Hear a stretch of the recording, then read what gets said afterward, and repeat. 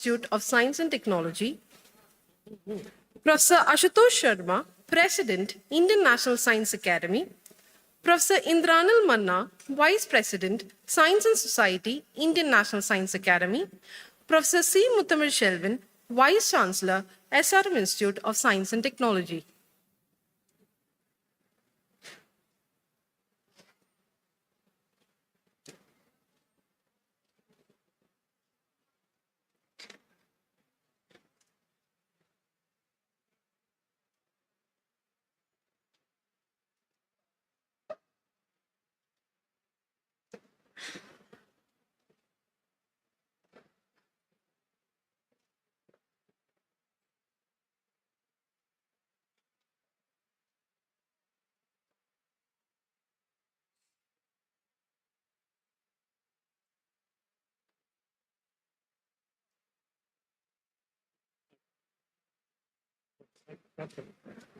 Vanakkam, Namaste, and good morning.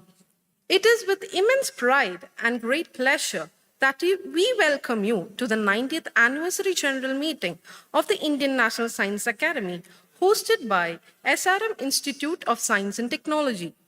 As a NAC A++ accredited institution and one of India's top-ranked universities, SRMIST is honored to be a part of this significant occasion here at our Katankulathur campus.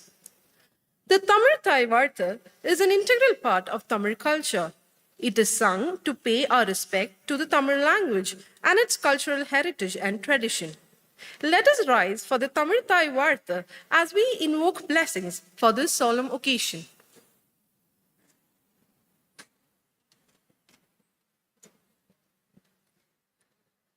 நீராறும் கடலொடுத்த நிலமடந்தை கெழிலொழுகும் சீராறும் வதனமென திகழ்பரத கண்டமிதில் தெக்கணமும் அது சிறந்த திராவிடனல் திருநாடும் சிறு பிறை நுதலும் தரித்தனரும் திலகமுமே அத்திலக வாசனை போலனை துலகும் இன்பமுற எத்திசையும் புகழ் மணக்க இருந்த பெரும் தமிழனங்கே தமிழனங்கே உன் சீரிளமை திறம் வியந்து செயல் மறந்து வாழ்த்துதுமே வாழ்த்துதுமே வாழ்த்துதுமே.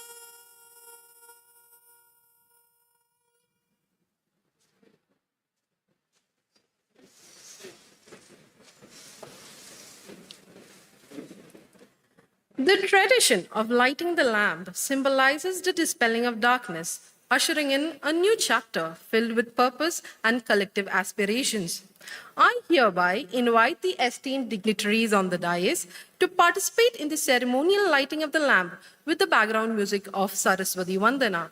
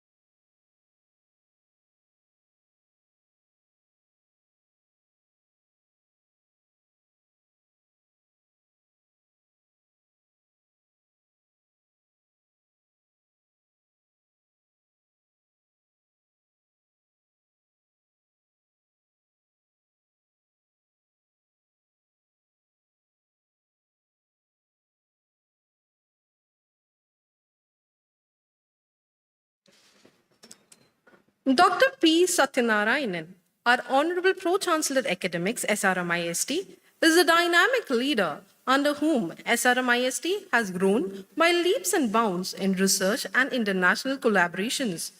He was instrumental in forming an international student exchange program, the Center of Excellence for Empowerment of Women through IT, the launch of a virtual education program, and several other initiatives.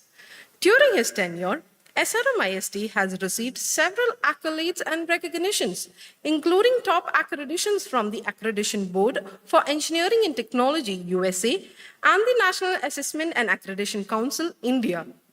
I now request our Honorable Pro-Chancellor Academics, SRMIST, Dr. P. Satyanarayanan, to felicitate Professor Ashutosh Sharma, President, Indian National Science Academy, with a bouquet, shawl, and memento.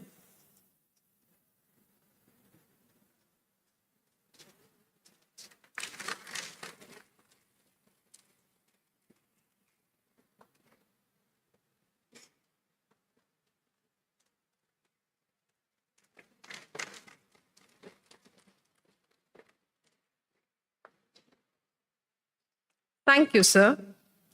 Professor C. Muthamil Shelvan, Vice Chancellor, SRMIST, has been associated with the SRM Group since its inception and has served in various academic and administrative roles. His visionary leadership and unwavering support have been a constant source of inspiration for this event to happen here. I now request our esteemed Vice Chancellor, sir, to present a bouquet, shawl, and memento to Professor Indranil Manna, Vice President, Science and Society, Indian National Science Academy.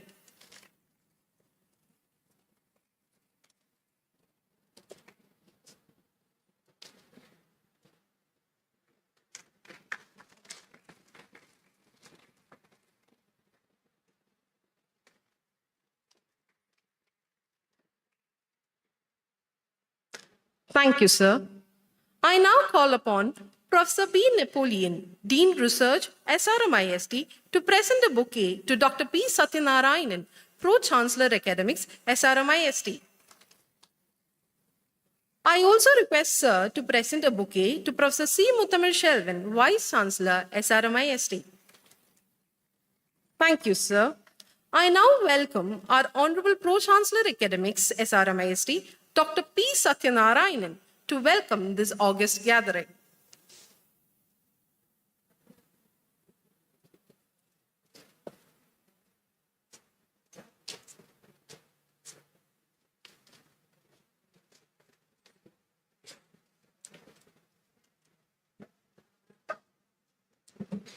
Respected the President of Indian National Science Academy, Professor Ashutosh Sharma, the Vice President, Professor Indranil Manna, Professor Adhu Dikshit, respected accomplished scientist, Dr. Anil Kakotkar, Dr. V.K. Saraswat, Dr. Somanath, the Chairman of ISRO, Dr. S.V. Kamath, and other dignitaries, INSA fellows, young associate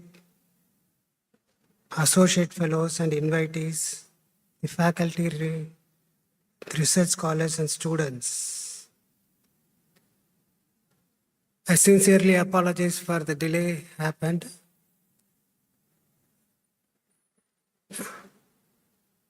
I would also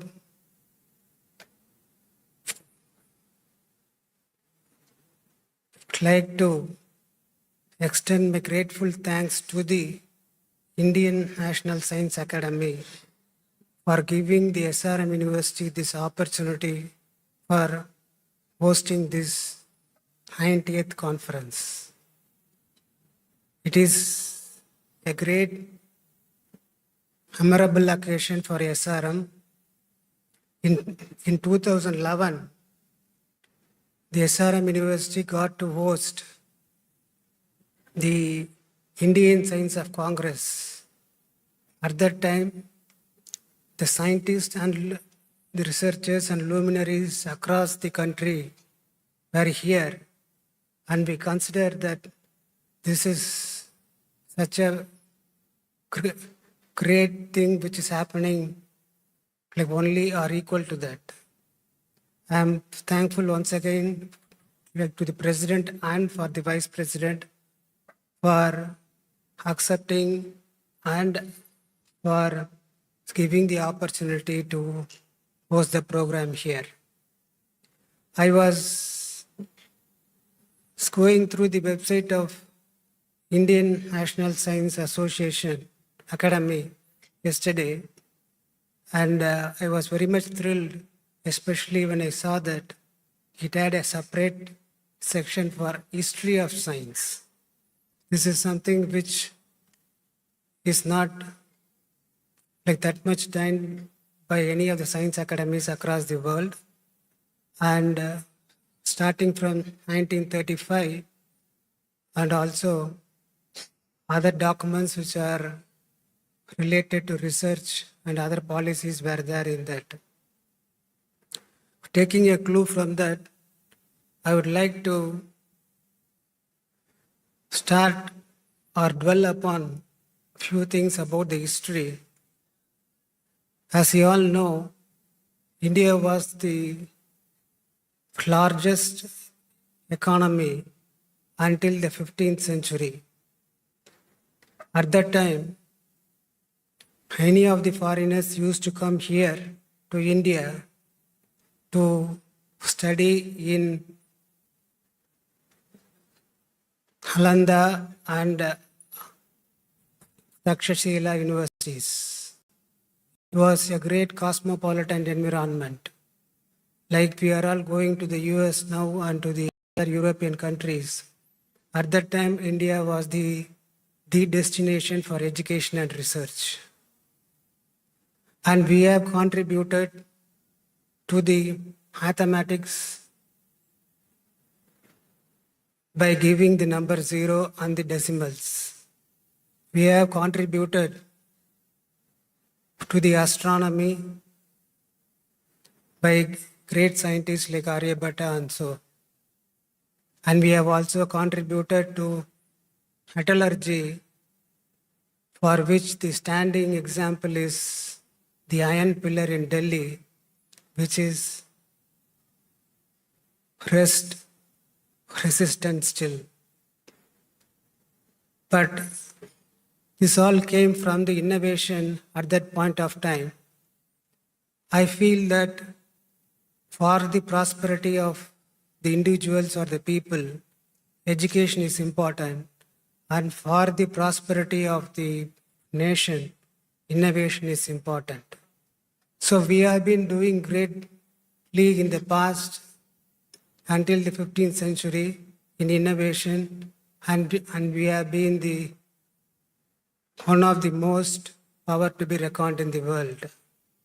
So after that, you all know that due to circumstances, the foreign rule came, and therewith both innovation and research came to a downtrend. But even during the freedom struggle, we were the only country to adopt an innovative methodology. When I say innovative methodology, non-violence, which was taken as a tool by Mahatma Gandhi ji, is an innovative methodology. Normally, only an oppressor or a person of power will choose the non-violence as a grace on the person who is oppressed. But Gandhiji took this clear path where the oppressed was showing the non-violence and non-cooperation towards the oppressor. This was a great innovation and a social revolution which paved way for the other great people like Martin Luther King and Nelson Mandela. Following this, After independence, the ecosystem was built, and one of the important ecosystems which India was building is the Indian Institute of Science, the ISRO, the chairman of which is here, and other centers of excellences. This ecosystem was almost destroyed because of the foreign rule, but it was rejuvenated after the Indian independence. Right now,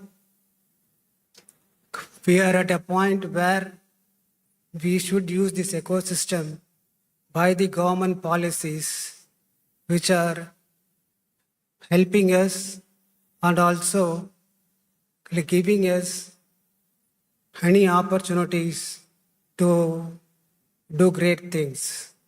The National Mission for Semiconductors, National Mission for Quantum Computing, National Mission on AI are all great value and assets to us. But here, we would like to understand that when somebody is doing research, it needs to be original research and also it needs to have a relevant application in the field. For that, especially, we should appreciate the startups which are coming up now because of the new ecosystem which is created. But the only thing we need to do is that we should not only celebrate the successes, but we should also celebrate the failures so that others wouldn't think that a failure is something that they have to be concerned about and should keep away from innovation. In fact, the success are built on the shoulders of the people who have failed in their mission. Keeping up to this, I feel that INSA has been doing a great job, and I'm sure by the 90th, by the 100th INSA Indian Science Association meeting, India will reach a point where we will all be very happy about, and we feel that we are in the path of the growth and one of the probable superpower. I once again thank you all for this opportunity, and especially Professor Ashutosh Sharma for having the trust in SRM University and giving this a great opportunity. And I wish this summit a great success the next 2 days. Thank you very much.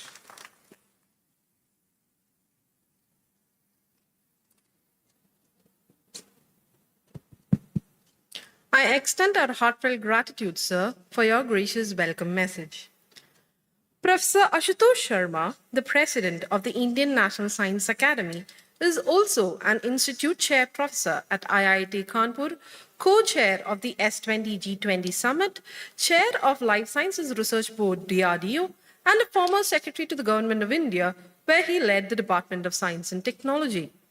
A pioneer in the field of nanotechnology, his remarkable research contributions have earned him numerous prestigious accolades, including the Infosys Prize in Engineering and Computer Science, the World Academy of Sciences Award, the Bessel Research Award from the Humboldt Foundation, the Shanti Swarup Bhatnagar Award, the J.C. Bose Fellowship, the Lifetime Achievement Award of the Indian Science Congress, the UNESCO Medal for Contribution to Development of Nanoscience and Nanotechnology. We are truly honored, sir, to have you in our midst. I now kindly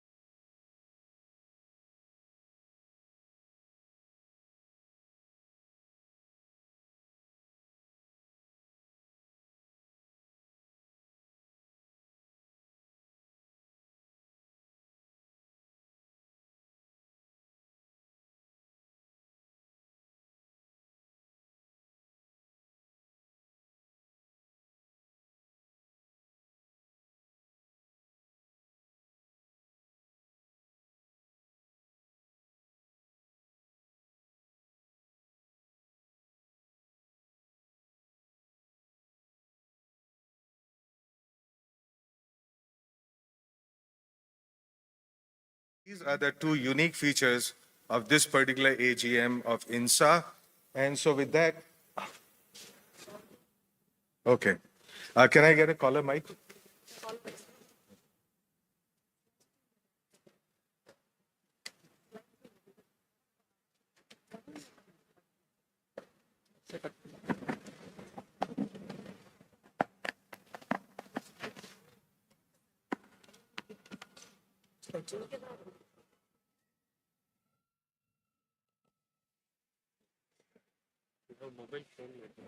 I don't have mobile phone.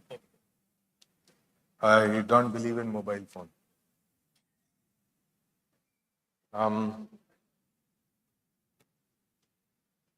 So there is a very quick presentation. Can you reduce the volume a little bit? There is an echo. Echo, I think. So a very quick presentation about the status of science in the country, the processes of doing effective science. So it's not about a particular area of science. We all do our own science, but what is the structure and processes of doing good science in universities, in R&D labs, and so on. So my focus is not in a particular area of research, but what is the structure and processes of S&T, and little bit of that question about sustainability, both of science and society.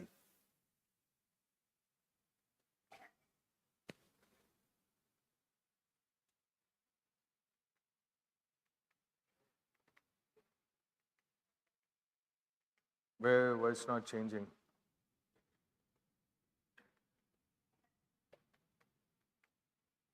Do we need new batteries? Yes, the batteries. Is it changing? Ah, there it is. Okay, change. Yeah, right.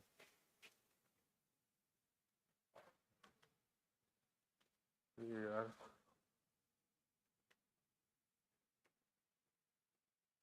You're not changing again. Where is the server? I point on all the different directions and hope it would work. Ah, there it is. Okay, right.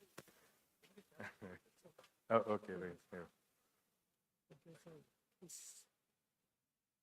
What is that? What is this? It's also makes it. Okay. Right. So what are the overarching challenges of doing science in the future, in all foreseeable future, not only foreseeable future, for all the next centuries that the humans are on this planet Earth? Sustainable development, which as I point out is an oxymoron, so which basically means we'll never get there. Second, the rise of intelligent machines, and so it's going to impact every aspect of our life, and it is impacting. And then going from invention to innovation, and innovation working together. Yesterday, I was in IIT Bombay, and they had a Murti of Saraswati. And we know all of these gatherings, we invoke Saraswati. So there is a Murti, there is a photo of Saraswati, and I pointed out that we also need a Murti of Lakshmi next to it. So this is not to show any disrespect to Saraswati, but the fact is that Saraswati and Lakshmi have to work together for each other's good. And so to make that particular transition from academia, so to have that DNA in academia. And the second thing is diversity, inclusion, and equity. What are the strengths and weaknesses of Indian science? What makes S&T work or not? Okay, this is not something that we understand in our labs as to what makes S&T work for us, for our industry, for our economy, for our society. And then finally, what is the kind of mind processes which are required in order to meet the challenges of the new era, which are sustainable development, intelligent machines, invention to innovation, diversity and inclusion. Okay, so we all know the good news that India is number 3 in number of papers, including in cutting edge areas like engineering, AI even, and so on. We're number 3 in number of startups, also number 3 in number of unicorns. In early 2015, when I joined DST, there were 70 registered technology startups. Today, there are 1.4 lakhs. In this 10-year journey, something has happened. which is, of course, fueled by a whole lot of things. It is fueled by the rise of demography. So our strength is demography. The median age of the country is 28.2 years. The median age in China and USA is 38.2 years, which basically means that there is a great window of opportunity, which is all these people who are sitting here.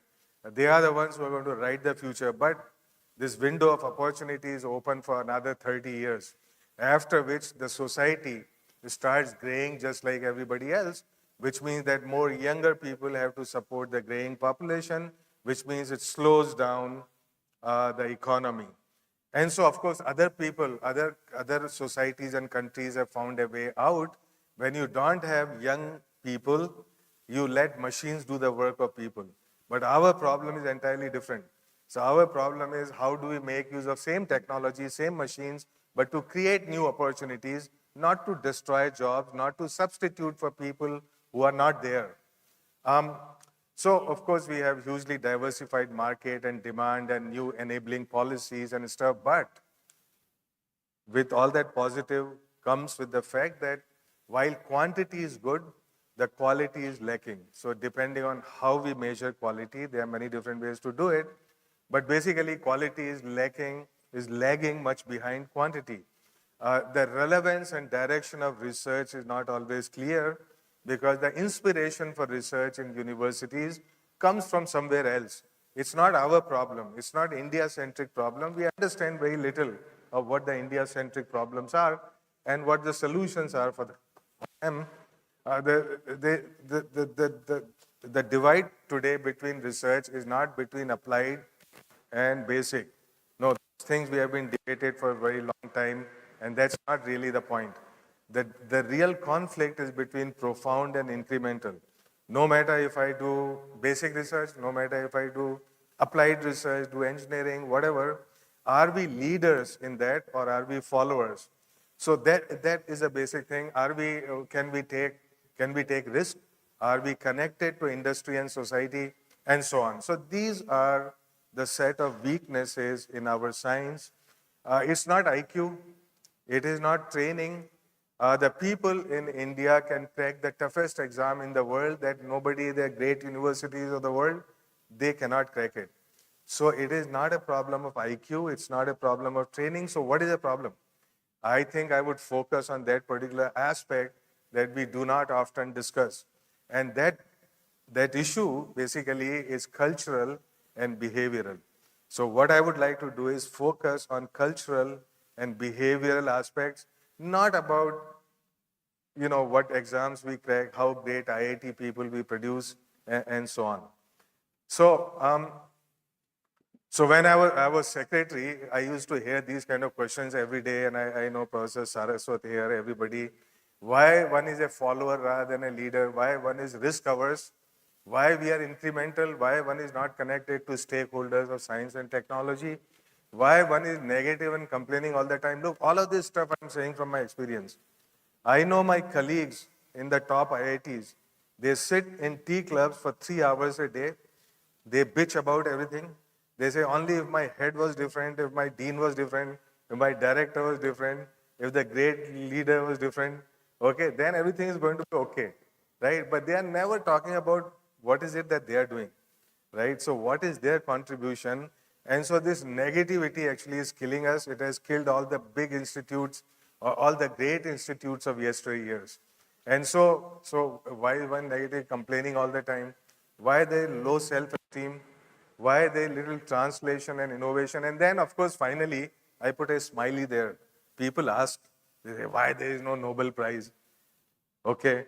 And so if you ask 100 scientists, the only one answer they would provide is, the most frequent answer is funding. Now, I got nothing against funding. I want a lot of funding, and funding is very necessary to do things, and we need infrastructure. But the question I'm asking is that sufficient? While that is necessary, is that sufficient? And so I'm saying there are many areas of science which do not require huge amount of funding. Theoretical sciences, for example. Are we leaders in that in the world? So therefore, my hypothesis is that funding alone is not, while necessary, is not sufficient for us to be leaders, to be disruptors, and all of that in the world of science. So, okay, what makes science and technology work? There is an invention ecosystem, invention and discovery ecosystem, which is all universities, R&D labs, and IITs and ISAs are part of that, which means it's a black box in which money and support comes in and knowledge goes out. So we produce knowledge. Hope is that this knowledge has relevance and direction and that it connects to the stakeholders of science. There another ecosystem, which we call innovation ecosystem, which another black box in which knowledge goes in and money comes out. So you see, invention and innovation are totally different ecosystems. The point is, can they work together? Is again back to Lakshmi Saraswati paradox. And so since our society in knowledge has been very Brahminical, so we say only Saraswati, okay? And we don't respect that particular aspect of them working together. So it is not our invention ecosystem which is weak. Our innovation ecosystem and connect between invention and innovation is weak. And a lot of this is now happening, which is making it stronger. Of course, we need right kind of policies for science and technology to work, and I'll give you an example of that later. That I will focus on cultural and behavioral aspects. So this is basically the roadmap of what I want to discuss quickly. Let us look at the overarching challenges of science. Now, no matter what kind of science I do, I call myself organic chemist, inorganic chemist. By the way, I'm not a chemist, I'm a chemical engineer. But people call themselves red chemist, green chemist, physical chemist, what have you, right? This is not about problem solving. This is about my tools. So I cannot take my tools too seriously. I have to focus on problem. And so sustainability and climate is one of those problems which is hugely interdisciplinary. And it's not only a problem of science and technology, it is a problem which has much larger dimensions. And so we must understand those larger dimensions. Of course, when we talk about any technology, we talk about nexus, we talk about life cycle. And in fact, finally, you have to ask the question, what is development? Okay, so now you see, while we have had green technologies for a long time, what does a green technology do? It basically reduces emission per GDP, but it does not reduce consumption. So if you were to look at emissions over the years, there is no let up. No matter what new technology one is going to put out there, you see emissions are always increasing. Okay, even in the COVID time, there is no let up. So the point is that while technology is important, it is not the only solution. And a whole lot of people hope against hope that by the end of this century, we would have 1.5 degrees Celsius temperature rise. But that it's not rational to say that what I did for 50 years and yielded no result, doing the more of it for another 50 years is going to yield different results. That particular thing is called stupidity. Okay, and I guarantee you that in the end of this century, the temperature rise would be 3 degrees Celsius, not 1.5 degrees Celsius. Okay, so what does it mean? What it means, I often read this. It says, I used to think top environmental problems were biodiversity loss, ecosystem collapse, and climate change. I thought with 30 years of good science, we could address those problems. But he was wrong. The top environmental problems are selfishness, greed, and apathy. And to deal with those, we need a spiritual and cultural transformation. And we scientists don't know how to do that. Now, of course, what he's saying about scientists is true for everybody. In fact, it's hard-coded in biology that people have to be selfish in order to evolve, in order to compete and succeed. But there is something more to it. So he's saying all future challenges that mankind has are not merely of science and technology, but have very strong socio-cultural, psychological dimensions. Okay, so there's a whole lot of new movement in the world which says, how do we replace for-profit ecosystem which maximizes the profit in a very limited way for a particularly isolated entity, maybe even at the expense of society at large. So one has to think about a new paradigm of going from ownership to trusteeship, because sustainability is all about trusteeship. It's not about ownership. So there is something which has happened in the last 2 centuries, which basically says, look, the society thinks and works in a particular way, and I will come to it in a moment. Okay, the second overarching challenge is the rise of intelligent machines, which means a convergence of all the different streams of knowledge, communication, computing, computing at the edge, making autonomous decisions through AI, ML, making autonomous actions through actuators. You may call it Industry 4.0, IoT, whatever. It's all happening. So convergence between cyber, digital on one hand, and physical and machine and materials on the other hand. What is the next challenge? The next challenge is integrating biological into cyber physical. So this is going to happen whether we like it or don't like it. Some of biological would seep into cyber physical, and whole lot of cyber physical will seep into biological. And so this is inevitable. It is happening now, and it's going to pick up pace. So now this one, of course, is about lights and shadows of technology. And what that means is, while we are very gung-ho, we are gaga about AI, ML, it's going to impact every aspect of our life, sometimes positively, sometimes negatively, and all of that. So there are lots of big concerns about the ethics. Does it amplify biases? Does it amplify inequalities? Does it undermine justice for certain sections of society? In fact, even the notion of democracy, okay, the notion of governance, all of that is going to be very seriously impacted by the rise of intelligent machines. So we have to be prepared for that. Now, of course, sustainability is about balancing invention, which have relevance and direction and purpose, with innovations that consume that knowledge to produce new opportunities. So I call it the circle of knowledge. So sometimes you produce knowledge, then you consume knowledge, you produce opportunity, and you go back. There is no sustainability of knowledge unless invention and innovation work together. And so, when I often talk to younger people, by the way, it's my favorite thing that I tell younger people. I say there are no old people in this world. I am young and you are younger. And there are other people who are younger than you. Okay, so never ever make the mistake of asking people how old they are. Just be polite, just ask them, what is your age? When were you born? Right? There is no such word as old at all in this world. So take it out from the dictionary. So I tell younger people, look, there are 3 ways of solving a problem. This is what I call in Hindi, jugaad, dhanda, and panga.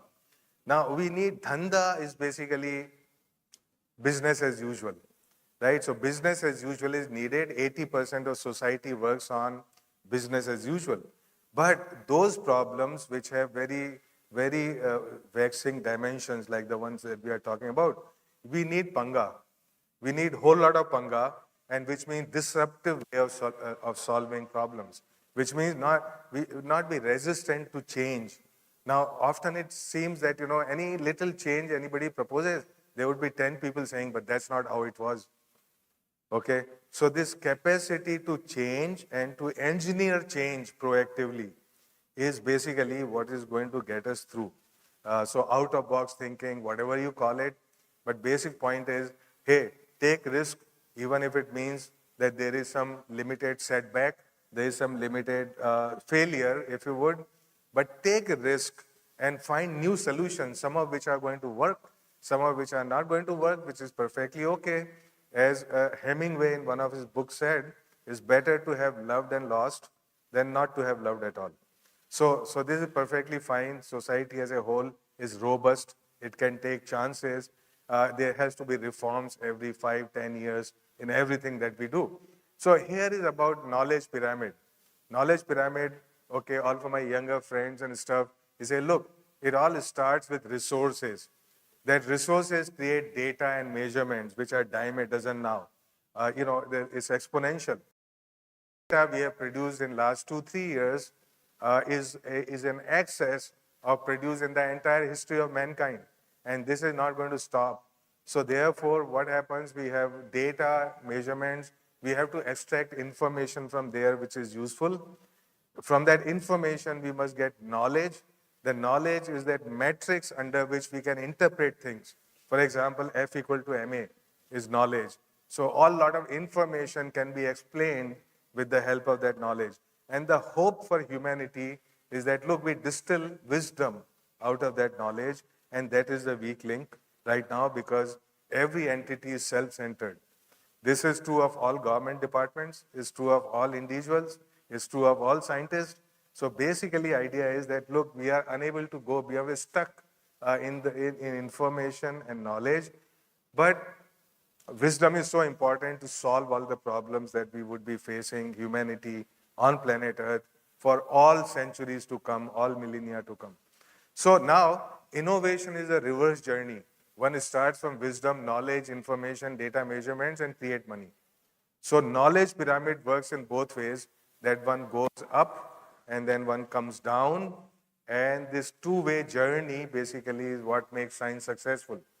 Okay, another very important challenge is diversity, which is about equity, it's about inclusion, and so on.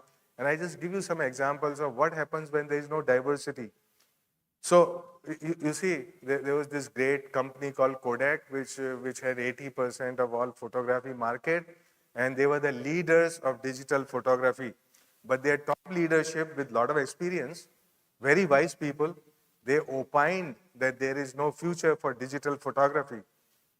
There was another company which were leaders of personal computing and personal computers, and their top leadership opined that there is no future for personal computing and personal computers. Now, how do you think these people went horribly wrong? And in fact, the first one went down to a business, right? It's because they were not looking at the holistic picture of science, which means what is happening in the proximity of their science.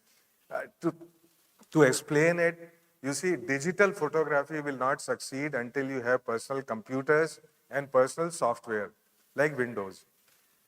The personal computers will not succeed until you have digital applications you can run in your home. So both of these are codependent on each other. And if we do not see what is happening in the world around me, how my science is impacted by science being done by other people and other sectors, then we are going to fail. So of course, Nokia refused Android, Yahoo rejected Google. So basically, I come up with this idea. When a distinguished but elderly scientist says something is possible, she is always certainly right because it's based on his experience. However, when you go into uncharted domain, if somebody says something is impossible, it's probably wrong. So these are many lessons from the history. This is about being resistant to change. It's about learning new things. So just to give you an idea, I am a chemical engineer by training, but I have attended very few chemical engineering conferences. I have attended them if I'm getting an award. But otherwise, why do I need to go there? Because I know chemical engineering, right? So I rather go to other kind of conferences that I do not know anything about. I borrow ideas from there. I understand what other people are doing and how this can enrich the work that I am doing. So creativity is all about connecting dots of knowledge which have not been connected before. This is very simple. If we want to be creative, we have to learn from outside and bring it in our domain. So here is, so we talk about what are the processes of doing good science. Now this is something, there have been a few the technology missions of the government, the recent ones, supercomputing mission, quantum technology has just come up, cyber physical systems, all of them. So they have a very unique architecture and processes. And Dr. Saraswat has been the co-conspirator in all of these missions, in seeing them through. So what is it that we want? We want flexibility. We want arm's length from ministries. We want empowerment so that, for example, the board of these, and Dr.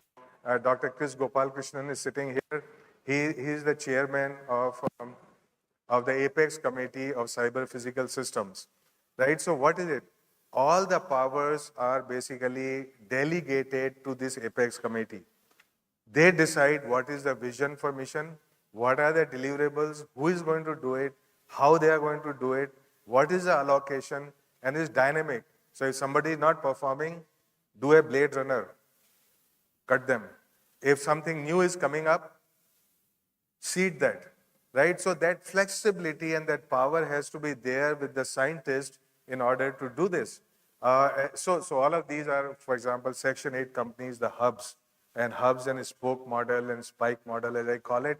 But basically, idea is, look, we need to have an end-to-end integration of scientific processes. What is that end-to-end integration?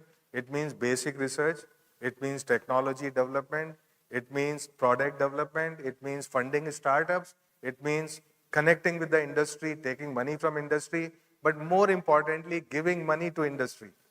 Okay, without that, it's not going to happen as a partnership. So all of these missions have that DNA. It means that basically all of this happening end-to-end way, and I think that this would be a template for all the future missions of the government. That flexibility, work with arm's length, make leadership possible in scientific community. Okay, so now about inclusion and diversity and all that. So you see, 50% of society are women. But let me tell you, in INSA, there are 8% women fellows. Half of them are over 75. Age is another diversity. We don't, in Oriental societies, we don't value age.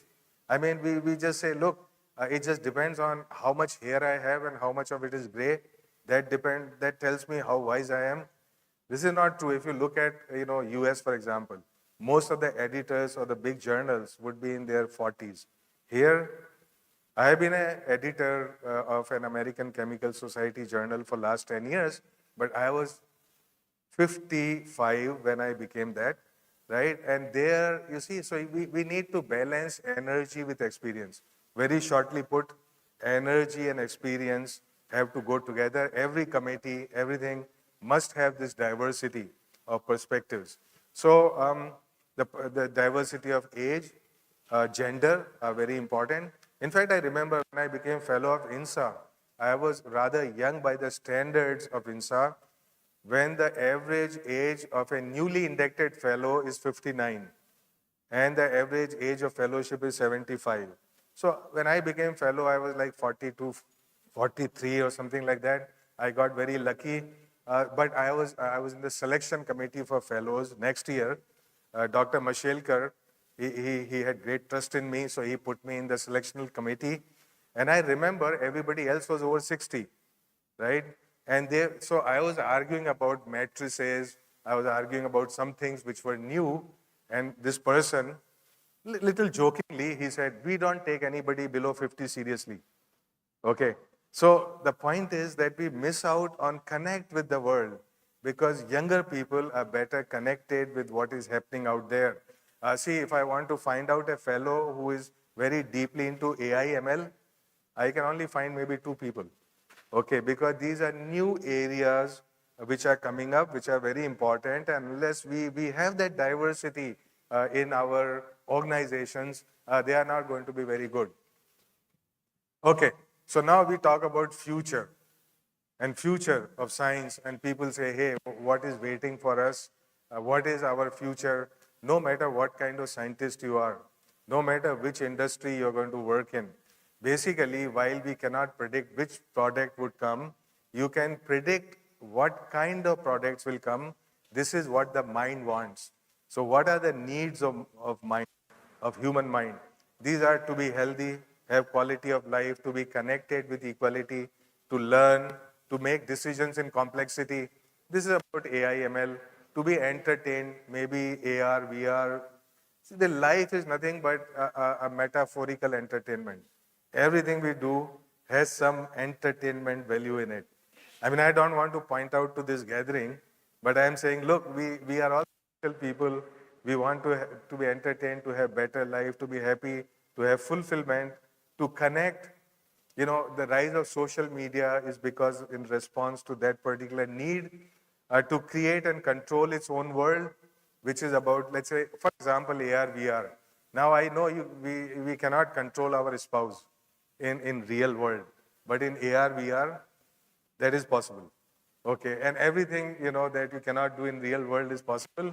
To live long, maybe forever, this is about digital twins and so on. The very basic thing in which current civilization has gone horribly wrong is to equate happiness and fulfillment with consumption. This is the rise of Chicago School of Economics at the turn of the century. And today, nobody questions this assumption. Okay, so we say, okay, I've seen so many unhappy people, they say, I only have 5 cars, but now two new cars I'm going to buy, they are going to make me happy.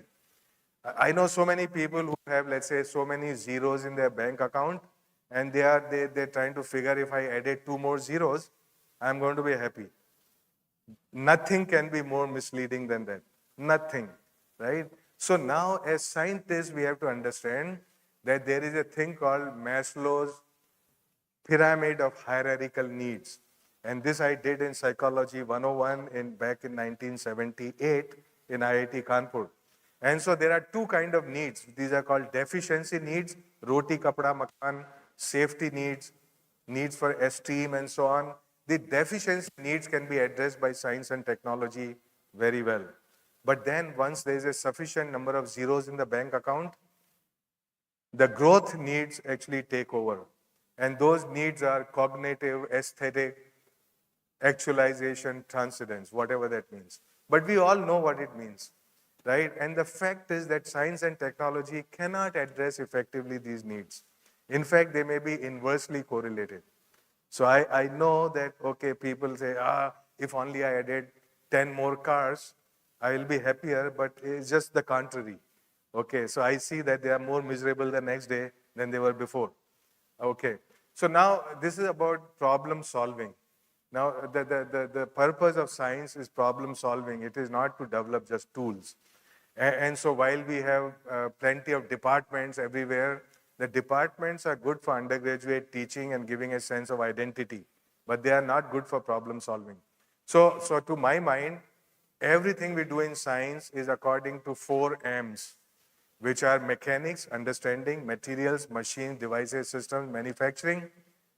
No matter which department I belong to one of these things or several of them.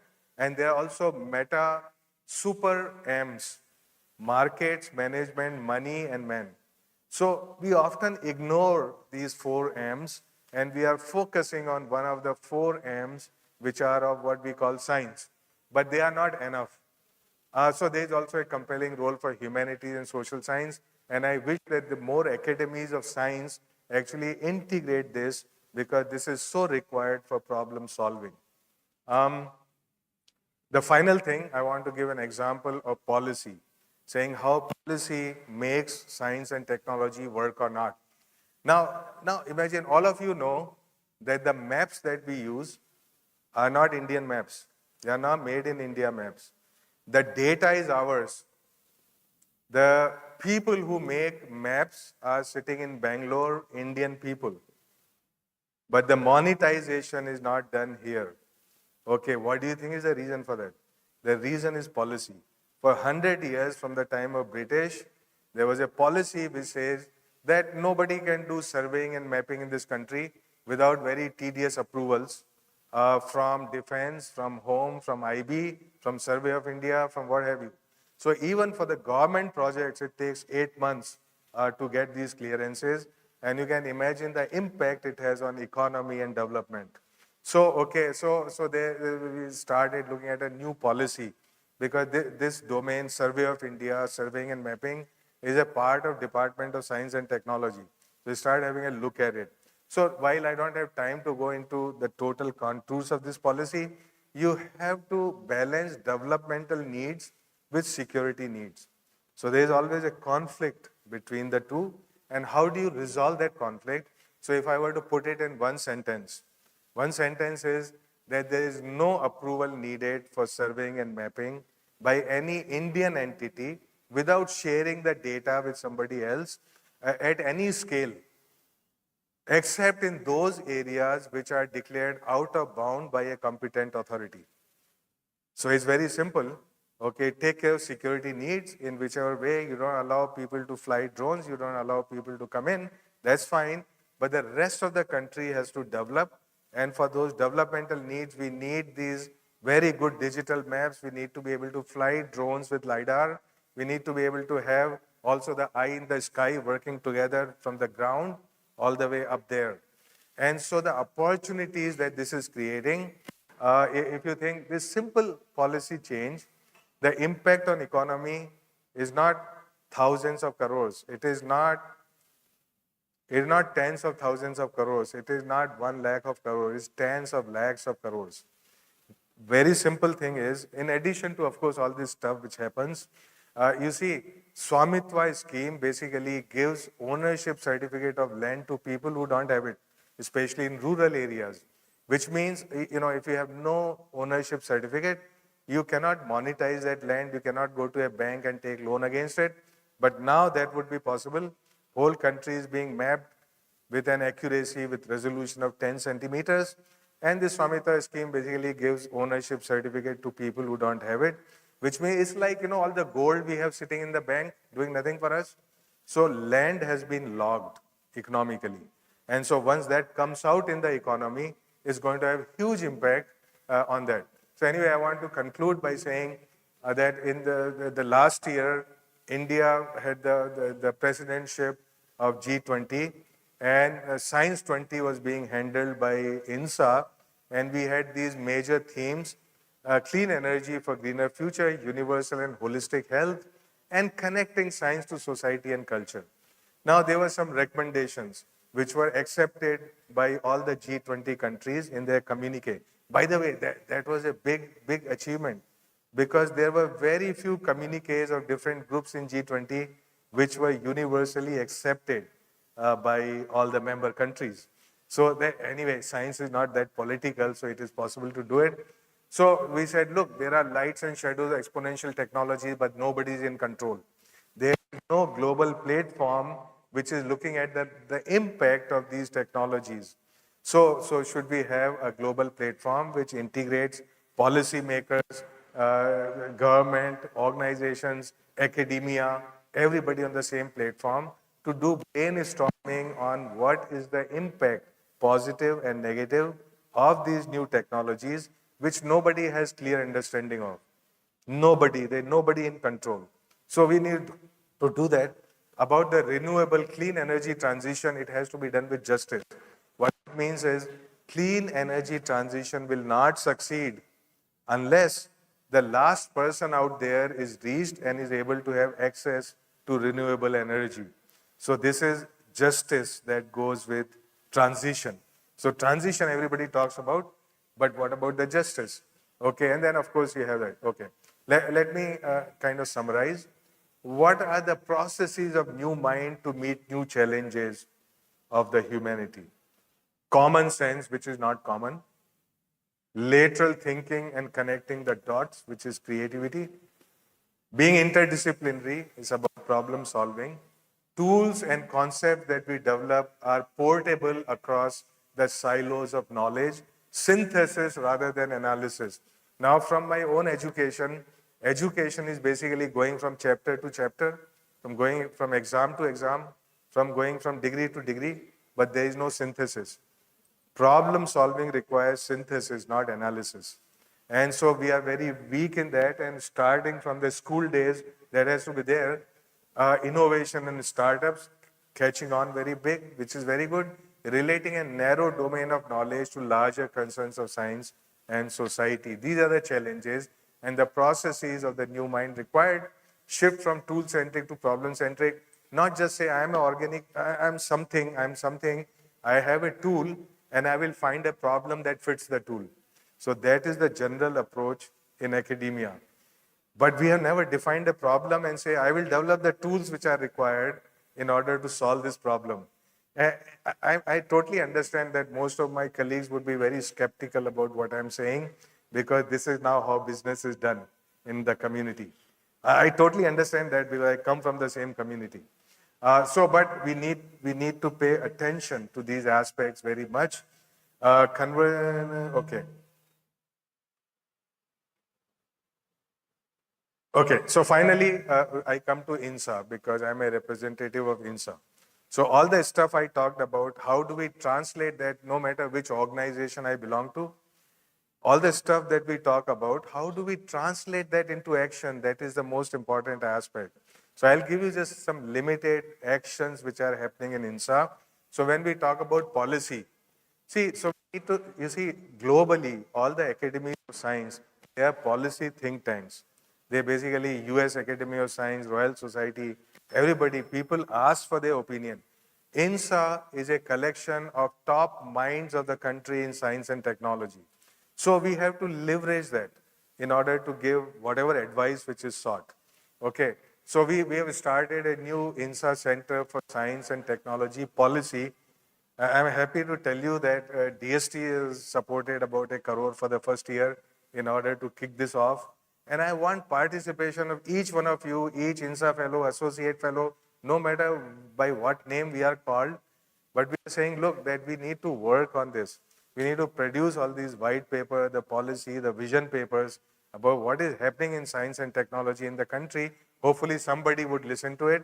So it has to be also an advocacy group, which we were discussing yesterday, that there is no advocacy group for science and scientists in the country. We talk about diversity and inclusion. So, so that, because age diversity is missing in INSA, so we created new 2 categories of associate fellows, and they are called the young associates. So basically people below 40 and people below 50. So there is a spectrum of ages in INSA, which means there is new energy and new programs which can be driven through them. There is a lack of diversity of age, but also of gender. So we are starting a new vertical in INSA for women associates from all walks of life, all stakeholders of science, all ages, half of them from academia, other half from industry, startups, all of that. So they should have the role, they should take the lead into mentoring, into networking, in pushing women to the next level of excellence. There are new distinguished lectures in INSA. There are expanded opportunities. Number of fellows elected every year has gone up from 50 to 100. Because I said, look, there today, compared to 20 years ago, there are twice as many scientific institutions and scientists who are working. So we must have recognition and opportunities for these people. Also, you realize that there are 3 major academic transitions that have to be managed. When people enroll for PhD, when they are new faculty or scientists, and when they want to switch to administration of science. So there are new courses in INSA, new programs in INSA, which basically prepare people for these transitions in academia. And okay, so that's the end of it. These are all my artwork. A lot of people appreciate this artwork. Then I ask them, do you want to buy it? They disappear. Okay, so at that positive note, I would close here, and I'm sure that we're going to enjoy. There are very compelling lectures which are coming up with the great domain experts and everything, and all of you are going to enjoy these interactions and these lectures. So please, all of you, stay on.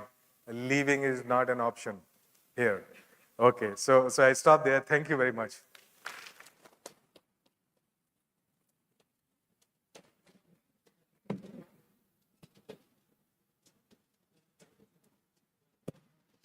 We don't take questions, right? Do we take questions? Are there any questions raised? Questions raised or otherwise. If there are questions, we can take them. Very short. We are running a little bit late. So if there is half a question, and especially from the younger people, don't hesitate, don't be shy. Okay. And that's true for all the sessions that would follow, because it is a very rare opportunity to have all very wise people all together under one roof in one session. Right? Okay, well then we conclude here. Thank you, sir. We are very grateful for that wonderful talk. I once again invite the dignitaries onto the stage. So you don't need to be on the stage. We can sit there. No? Book release. Okay, book release.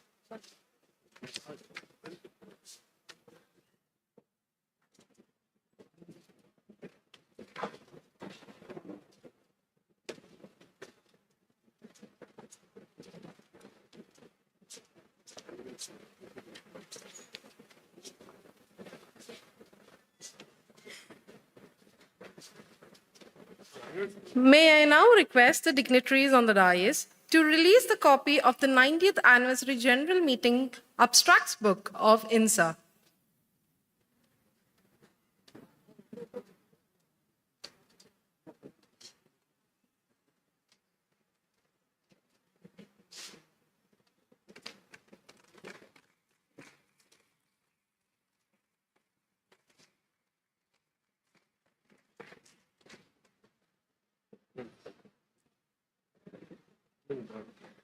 Thank you. I now invite Professor Ashutosh Sharma, President INSA, to felicitate Dr. P. Satyanarayanan, Pro-Chancellor Academics SRMIST, and Professor C. Muthamil Shelvan, Vice Chancellor SRMIST.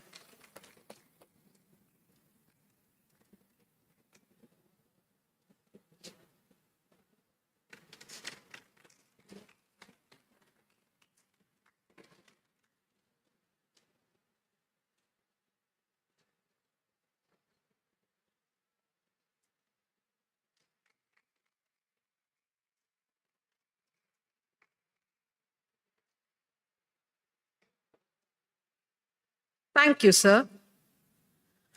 Professor Indranil Manna, Vice President, Science and Society, Indian National Science Academy, is presently the Vice Chancellor of Birla Institute of Technology, Mesara Ranchi, and 14th President of the Indian National Academy of Engineering, as well as a professor in the higher administrative grade at IIT Kharagpur.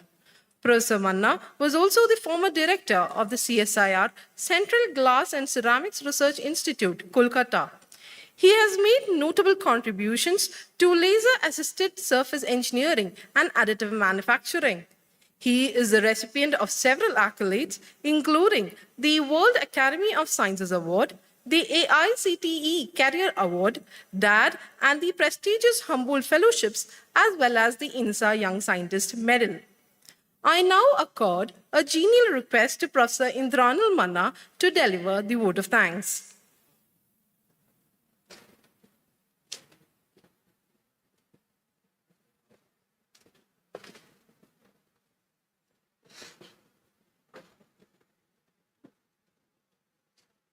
President of INSA, Professor Ashutosh Sharma, the Vice Presidents, the Fellows, the awardees of INSA, the newly inducted Fellows, colleagues from the SRM University,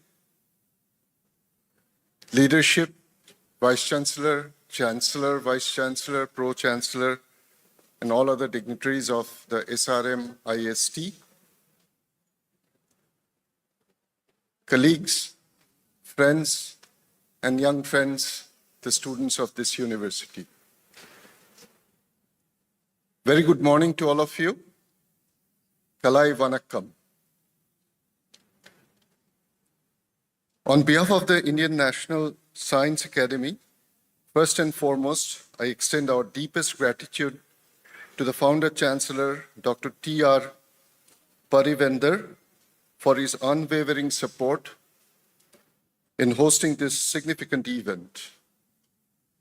I don't think there were many occasions in the past where the INSA annual meeting was held in front of 5,000 strong audience like this.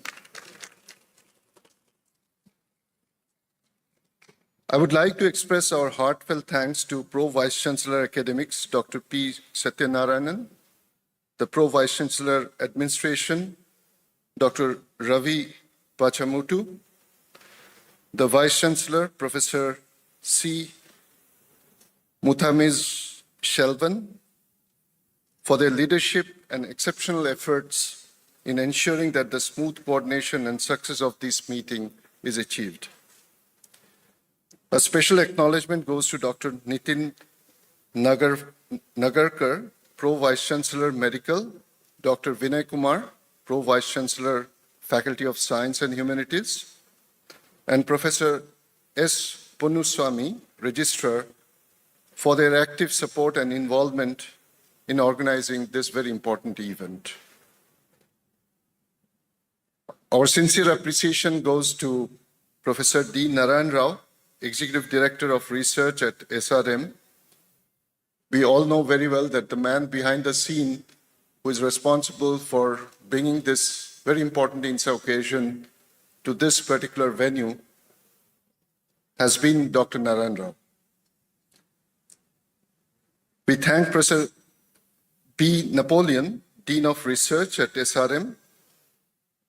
We are thankful for their valuable contribution and staying with us throughout to make this event a success.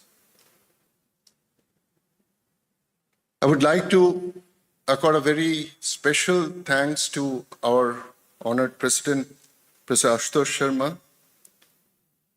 All of us would agree that not only he has brought a fresh lease of energy in the activities of the Academy, but his passion to bring science to the masses and vice versa is extremely laudable.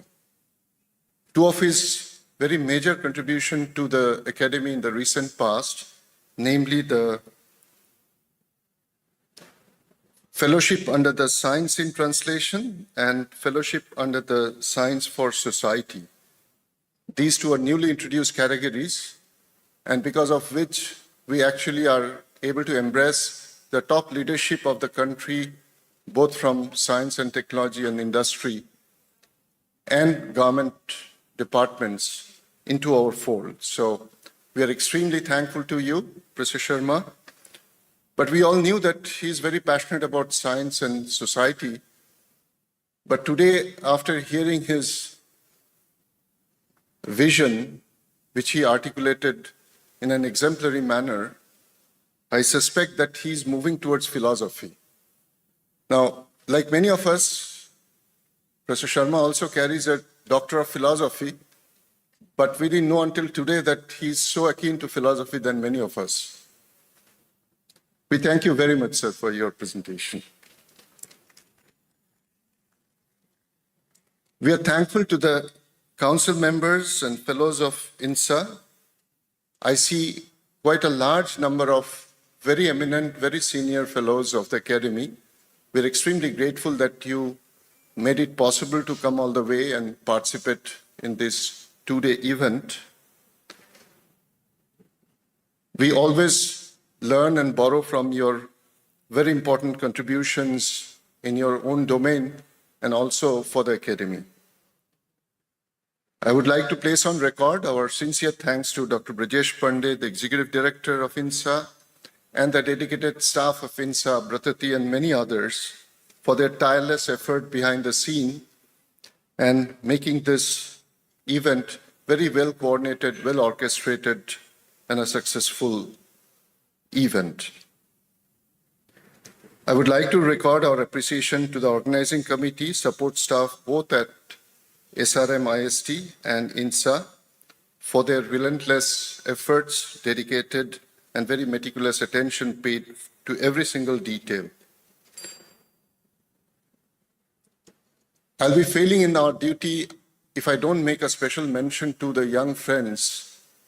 And I would like to repeat again that at least I don't recall an occasion where the inauguration of the annual meeting of INSA was attended by a 5,000 strong crowd. And many of them are actually the future of the country, or possibly the most of them. Your presence, enthusiasm, and commitment to scientific progress reinforce the collective strength and purpose of our community. And this is where we feel that Indian National Science Academy is able to bring science to society.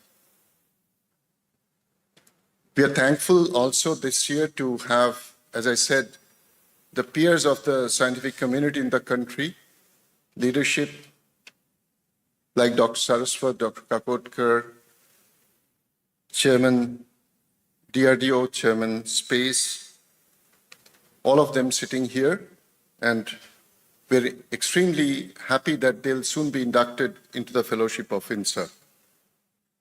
Once again, I thank you all for your active participation, and I look forward to having a much more fruitful interaction during this two-day event.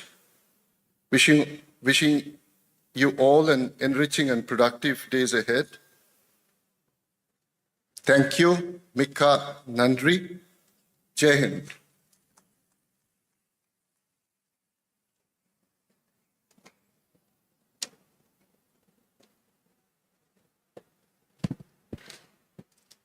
Thank you, sir. As we conclude this inaugural session, we thank you all for your presence and look forward to your continued support.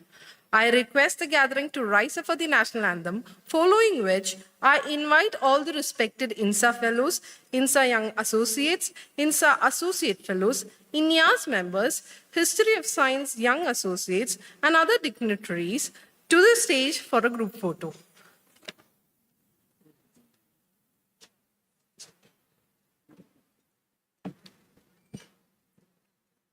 जनगण मन अधिनायक जय हे भारत भाग्य विधाता पंजाब सिंध गुजरात मराठा द्राविड उत्कल बंगा विंध्य हिमाचल यमुना गंगा उच्चल जलधि तरंगा तव शुभ नामे जागे तव शुभ आशीष मांगे गाहे तव जय गाथा जनगण मंगलदायक जय हे भारत भाग्य विधाता जय जय जय हे जय जय जय जय हे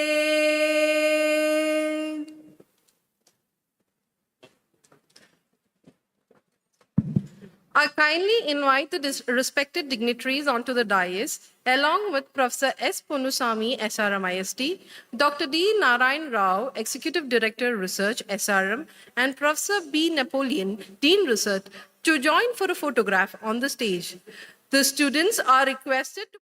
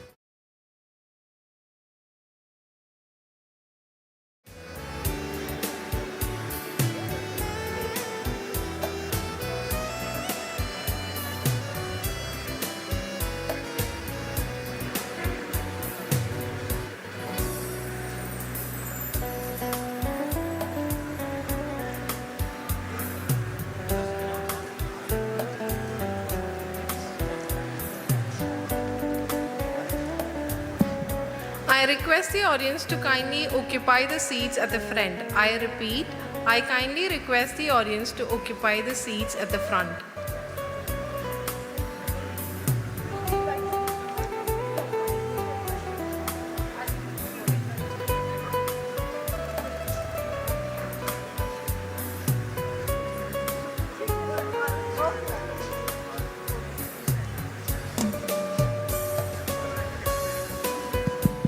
I request the audience to kindly take their seats to commence the session.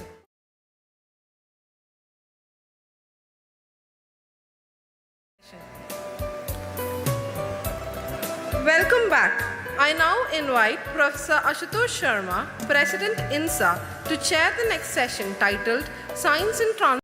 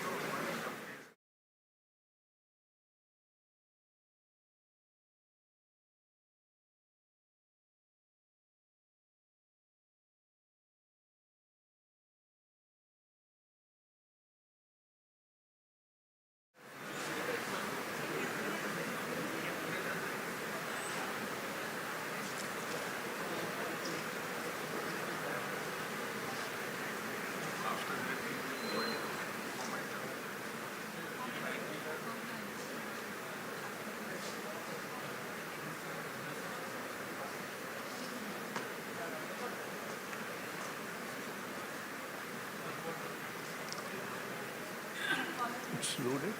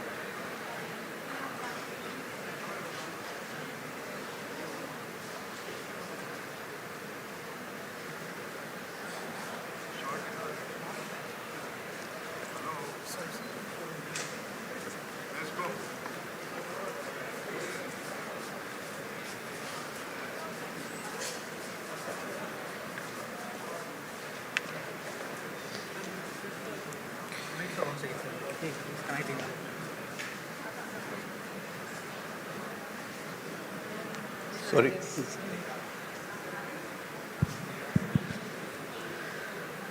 Dr. Anil Kakotkar worked in the Department of Atomic Energy throughout his active professional career. His work is mostly centered around meeting development needs of National Atomic Energy Program.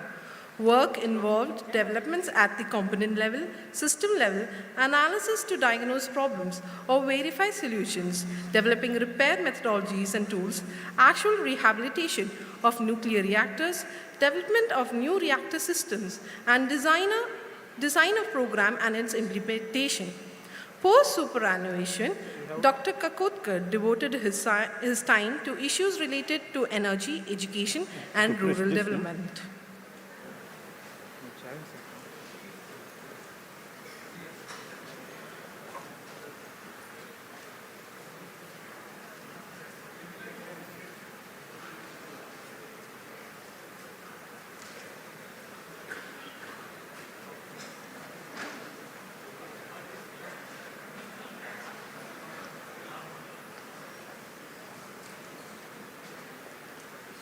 Well, let me at the outset thank Indian National Science Academy, President Dr. Ashutosh Sharma, and the entire fellowship for this opportunity to be here and to give this lecture. What I'm going to do is something which we all know, we have been talking about it right since the independence of our country. The three-stage program which Dr. Bhabha had articulated right in the beginning. But what I think is the issue has become far more critical in the current national energy security scene. And so I thought it would be appropriate to do a stock taking and place the issue in the present day context. So to get started, again, something that we know, and that is there is this correlation. You know, we all talk about Vikasit Bharat, and aspiration is Vikasit Bharat by 2047, when India would reach 100 years of its independence. And now, to my simplistic mind, Vikasit Bharat means a standard of living Indians comparable with standard of living in advanced countries, and whatever that means. This itself is a philosophical question, but I don't want to get into that. But there is aspiration of common man that I should be able to live as good a life as somebody in those advanced countries of the world benefits from. And that is correlated with energy, how much energy we have access to, particularly in per capita terms. And so on this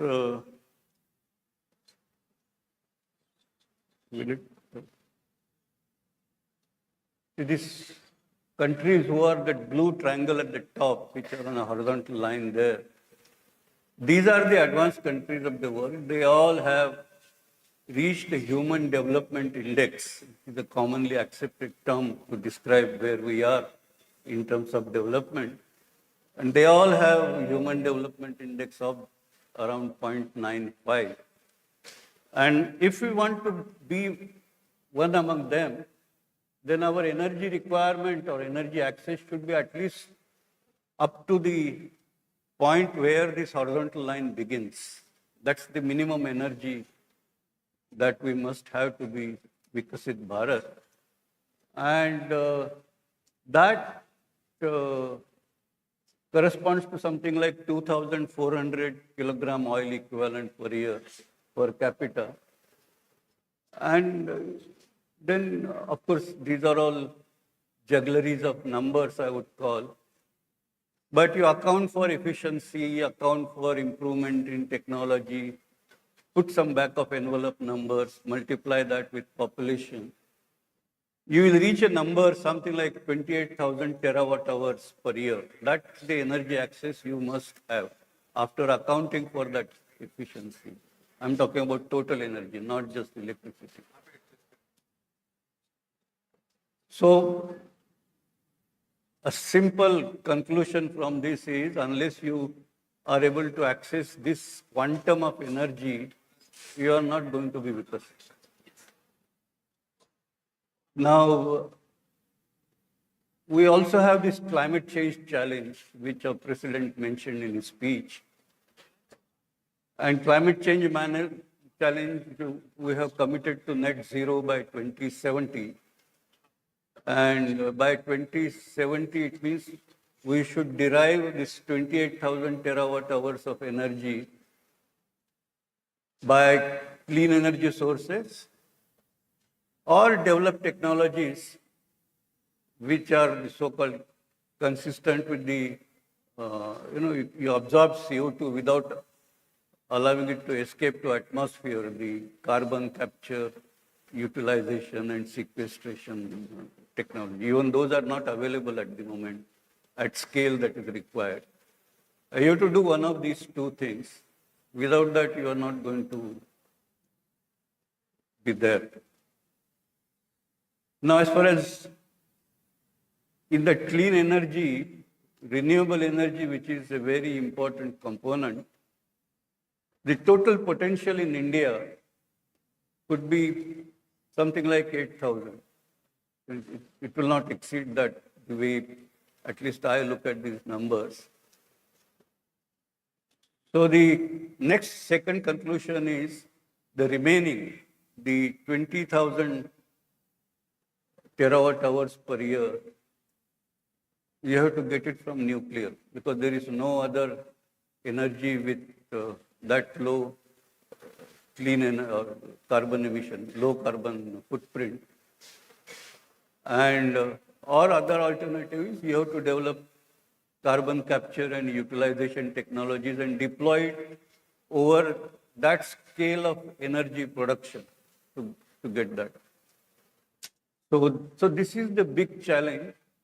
The time available for dealing with this challenge is 25 years to 45 years, depending on whether you took a target date as 2047 or 2070. I think both are difficult to meet, in my view. But at least we must work towards that. So I have reached this conclusion that development of India is dependent on how much nuclear energy one would be able to deploy. Lesser the deployment, lesser would be the development. And so we should try to do maximum. And of course, today's number for that is around 6,580. That's where we are. So we have really miles to go. Now, concluding that nuclear energy is required is also not enough because one has to worry about the fuel for nuclear energy, and you can't begin nuclear energy without uranium because that's the only naturally available fissile material. Now, total uranium that's available in the world, and I'm talking about which can be commercially exploitable. Don't get into how much is on Earth's crust and multiply with the whole volume of Earth. But commercially exploitable is around 6 to 8 billion tons. In India, we have around 0.4 million tons, but it is not in the same class as the 6 to 8 million tons of the world because this is much leaner. So commercially, much more expensive. But it's important insurance against disruption of uranium supply. So that's why it is important to keep that and exploit that as and when required. Thorium is another material which you cannot start a program, but once you start a program, we can leverage thorium, convert it to fissile material. And so it can give you as much energy value. And that is where we are rich. 1 million tons or more. In reality, it will be much more. So we are the world's largest reservoir of thorium. And its energy terms, it's so much that India can in fact be the OPEC of the world or the United States of the world or any other rich oil country. So that's the potential. But we have to go through a process to realize that potential. And this is exactly what Dr. Baba had said right in the beginning, should be the approach for our atomic energy program. And he was absolutely right, because if we decide that we'll get all this energy from uranium, because we now have civil nuclear cooperation, we can import uranium from outside. But if you look at numbers, as against the 2,500 gigawatt which I mentioned, even if we were to, or let's say per year, for running this kind of capacity, 2,500 gigawatt, you would require something like 500,000 tons of uranium. I'm talking about natural uranium. And whether it's a light water reactor or heavy water reactor, in terms of natural uranium, the requirement is more or less same. In fact, heavy water requires lesser natural uranium because it's more efficient. But forget about those minor differences. It comes to the same. So 500,000 ton, and we are not going to get world's 100% uranium. I think getting even 10% of world's uranium is going to be very challenging. We know what challenge is when it comes to buying fossil fuel, crude oil, for example. So even, once your demand becomes a significant fraction of global resource, buying that internationally is always fraught with complexities of geopolitics. So if now recognize that 500,000 ton is roughly 10% of the total commercially exploitable uranium as of now. Tomorrow one may say more uranium will be found. Good for us. So the question is, uranium also has limits. So this is where the urgency for thorium exploitation is there. We must start this. So you can't be doing that once we run out of uranium. Or, for example, with the thing with 10% which you can hope to access, instead of 2,500 gigawatts, maybe we will be able to run 50 gigawatt for 50 years. Now, so by the time, and 50 gigawatts will reach in a couple of decades if things go the way planning is. But today, our planning seems to be go up to some, I heard numbers, 100 gigawatts, sometimes I hear around 250 gigawatts. So it's a matter of couple of decades we'll reach there. And we can't be switching on thorium activity after that. So that will be a disaster. So that is where there is this urgency in terms of moving forward. And so there are two tracks that I would strongly recommend that we in India should follow. One is, of course, the three-stage program, which Dr. Baba had kind of articulated so well.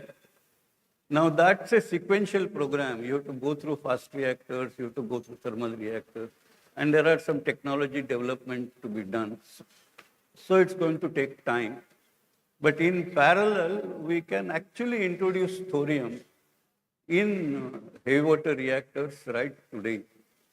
And this is technically possible.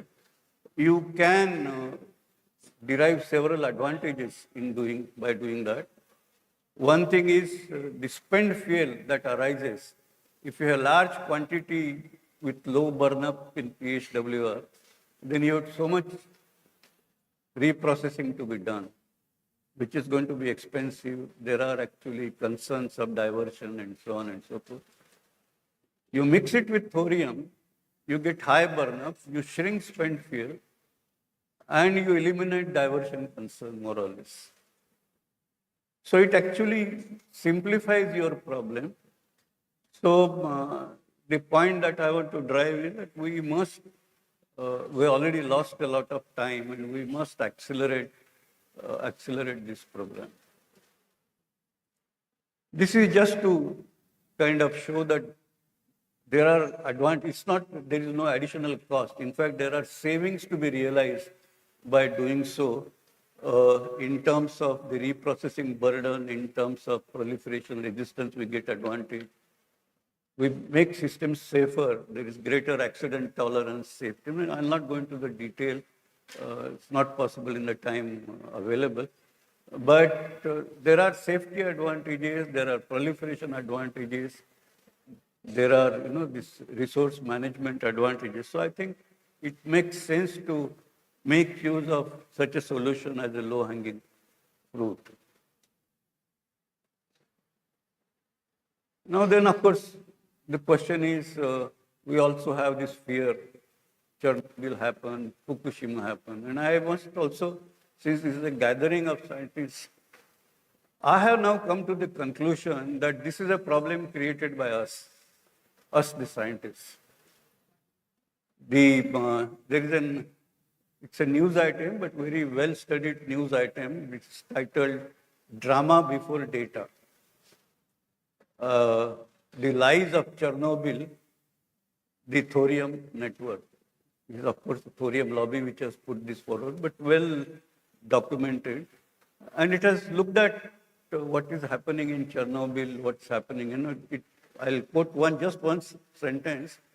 The Chernobyl story as a catastrophe is a farce by any account of reasonable and rational introspection. And then it goes on to say, much like the well-managed, though media bashed, release of cooling water in Fukushima happening now on the other side of the planet. Because there are also this accident and there is water which is accumulated and they are releasing in sea, and it's actually, the activity is so low, it doesn't matter. And this is all tied up with this hypothesis, linear no threshold, which have been created by scientists. And there are many stories around how it emerged. I don't want to go into that history. But to say that that's a problem created by scientists. And I think I was very pleased, Mr. President, to hear your lecture that how not being connected with the society or the reality of the world and living in our own laboratory fantasy, how problems could be created. And I would encourage the young people, the internet is full of these stories. Of course, the internet story while reading, you must apply your own correction because there could be biases, very serious biases of that kind. But I think it's interesting to see how the course of history can be moved in the right direction or wrong direction by such narratives. So I come to a closure. So you may ask, what have we been doing so far? We are already so many years, 3/4 of a century has gone. What have we done? So it's not that we're not done. We've done well, I think. First of all, a complex technology with all embargoes and restrictions, countries' self-reliance. It's an achievement in my view. India has ensured its security by weaponizing itself, and that has made a big difference, not only in atomic energy, but in terms of the larger economic development of the country, in terms of access to technology. Many other disruptive and critical technologies that we are talking about. And of course, we do something ourselves, some we get from abroad.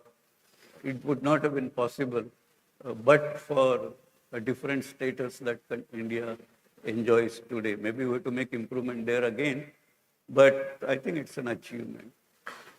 In the same vein, there are, the triad, so nuclear submarines is an achievement, fully indigenous technology. Most important achievement is the pressurized heavy water reactor, which is a robust technology. There are now a large number of reactors working extremely well and producing electricity cheaper than renewable energy, particularly when you talk about 6 hours or 8 hours storage capacity for renewable. And this is, of course, 24/7. It is now, of course, we have been talking about it, but now I think the powers that we have accepted that this is cheaper option compared to renewable energy. Uh, we have access to uranium, which was on embargo so far. The first stage of fuel cycle, the reprocessing, refabrication, has been achieved on an industrial scale, because without that, fast breeder reactor would not have been possible. And then, of course, fast breeder reactor, I hope, is nearly done, and that will begin the second stage, taking us to thorium. But then there are many other things yet to be done. And what are those? And I have listed them there. The share of nuclear power is still abysmally small. And that's the challenge, and we need to overcome that. Shrinking of spent fuel inventories, particularly when heavy water reactor is the mainstay of our program as of now, is very important. The thorium deployment upscale, I talked about it. Technology for short doubling time, high temperature reactor, that is the metallic fuel fast reactors, high temperature reactor for hydrogen production, molten salt. These are all there in program. We've been talking about it for decades. But I think they have to be brought on stream as fast as we can.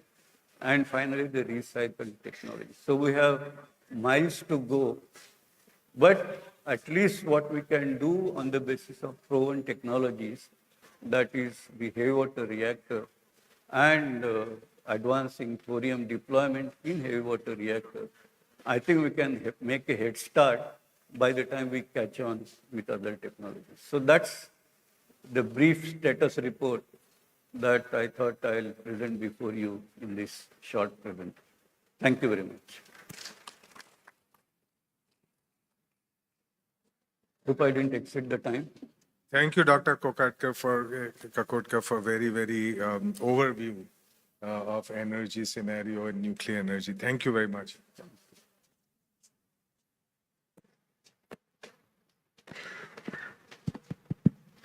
I now request Professor Ashutosh Sharma, President of INSA, to formally induct Dr. Anil Kakotkar with a scroll and Angavastra. I also invite our Honorable Pro-Chancellor Academics, SRMIST, onto the stage.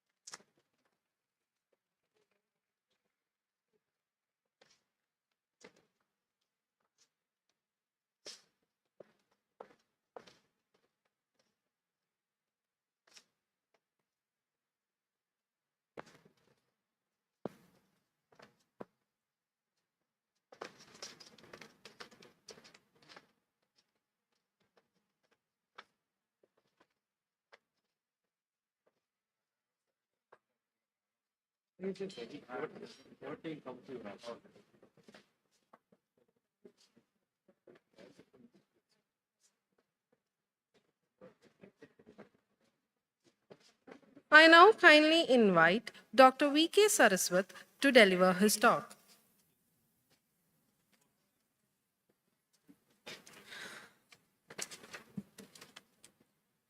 Dr. Vijay Kumar Saraswat is a highly esteemed scientist and member of Niti Aayog, renowned for his extensive experience in defense research, encompassing both fundamental and applied sciences. Having served as the Secretary of DRDO, he has made remarkable contributions to the indigenous development of missiles like Prithvi, Dhanush, Prahar, and Agni 5, as well as the two-tiered ballistic missile defense system. Dr. Saraswat played a pivotal role in establishing infrastructure to support the nuclear doctrine, developing cybersecurity technology, and enhancing the nation's defense capabilities against the ballistic missile threats. Thank you.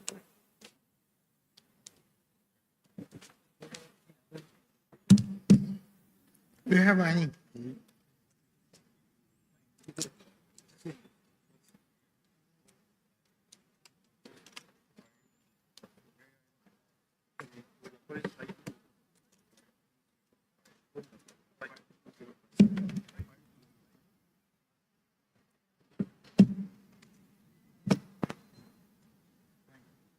नीचे yeah.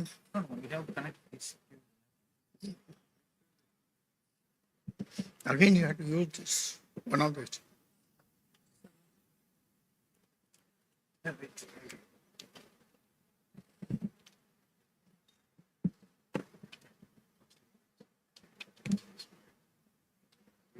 I hope it will work.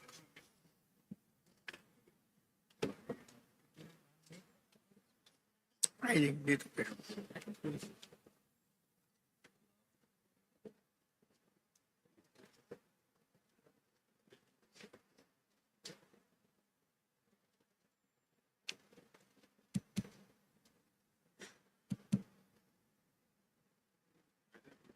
Is it coming yet?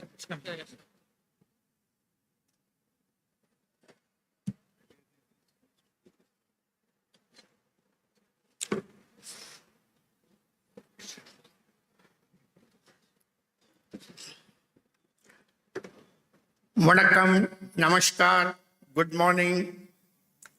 It's indeed a honor and to be inducted as a fellow of National Science Academy after many years of my service as a scientist, technologist in the country. I would certainly like to thank INSA for awarding me this honor. Keeping the time limit of 15 minutes, I'll try to rush through some of my important slides. The topic of technology revolution driving the sustainable development partly has been touched by Dr. Ashutosh Sharma in the morning. While he went into the philosophical domains, I'm probably going to be more close to the reality of technology, what we have. So all of us know that the science has done tremendous benefits for the society as a whole. The life has been very comfortable because of the science and technology. And new technologies have emerged which are leaving us with myriad applications. And now it's left to us how to use them effectively, exploit them further for the benefit of the society.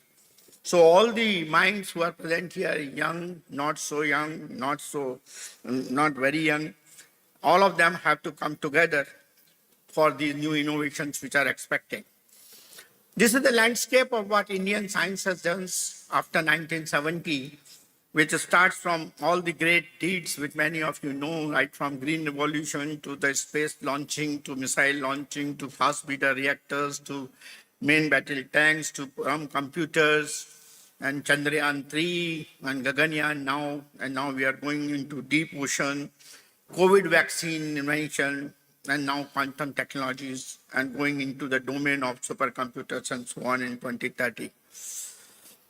In the last 10 years, there has been a transformation as far as science and technology journey of the country is concerned. As Dr. Sharma was mentioning, we have gone from what we call as purely a knowledge generator to a translation and also to innovation. And some of these numbers which are indicated here are really speaking highly of what has been the achievements in the last 10 years. What used to be 81 in the Global Innovation Index, we are 39.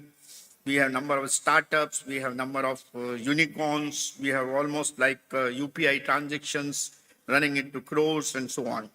So this is the kind of development of technology that has taken place, the translation, and all of you are responsible for that. But science and technology has left indelible negative impact on the planet Earth, and some of those are known to you. That's why we all talk of sustainable development. We know that we have a huge exposure of toxins. We have rising demand of energy. Dr. Kakotkar just mentioned 28,000 terawatt hours per year. So that is the kind of rising demand for different sectors. Non-renewable resources, depletion will take place, and also we don't want them because of the polluting effect. There will be excessive demand for water, there is excessive demand for land, and we have large number of landfills, and there is global warming. This list is very small what we have given here, but it is very large. So there is a need for sustainable development, and that is because overexploitation of the natural resources is taking place. Many of you who have been listening to the economists today that consumption and demand that drive the economy. Whereas in if you look at our old Shastras, which never emphasized on consumption. In fact, today we say consumerism is good, but consumerism has got problems. So over-exploitation of natural resources leading to 1 million species on track of extinction, decline of more than 60% of the world marine fisheries. Then climate change, all of us know about it, rising sea levels, increase in temperatures, and scarcity of resources. The food production needs to double over the next 40 years at a time when almost 23% of the world's agricultural land is degraded. Nearly 2/3 of the world's population will be living in water-scarce, water-stressed area by 2025. And India is going to be in deep trouble because we have only 4% of the globe's freshwater resources with 17% of the population.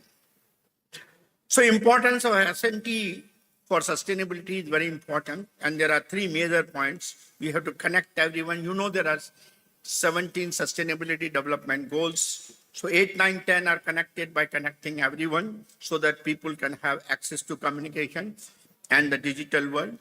Protecting the planet in order to face the environmental challenges with climate action, biodiversity, and circular economy, which covers 7, 12, and 13, and developing sustainable societies responding to the social economical challenges.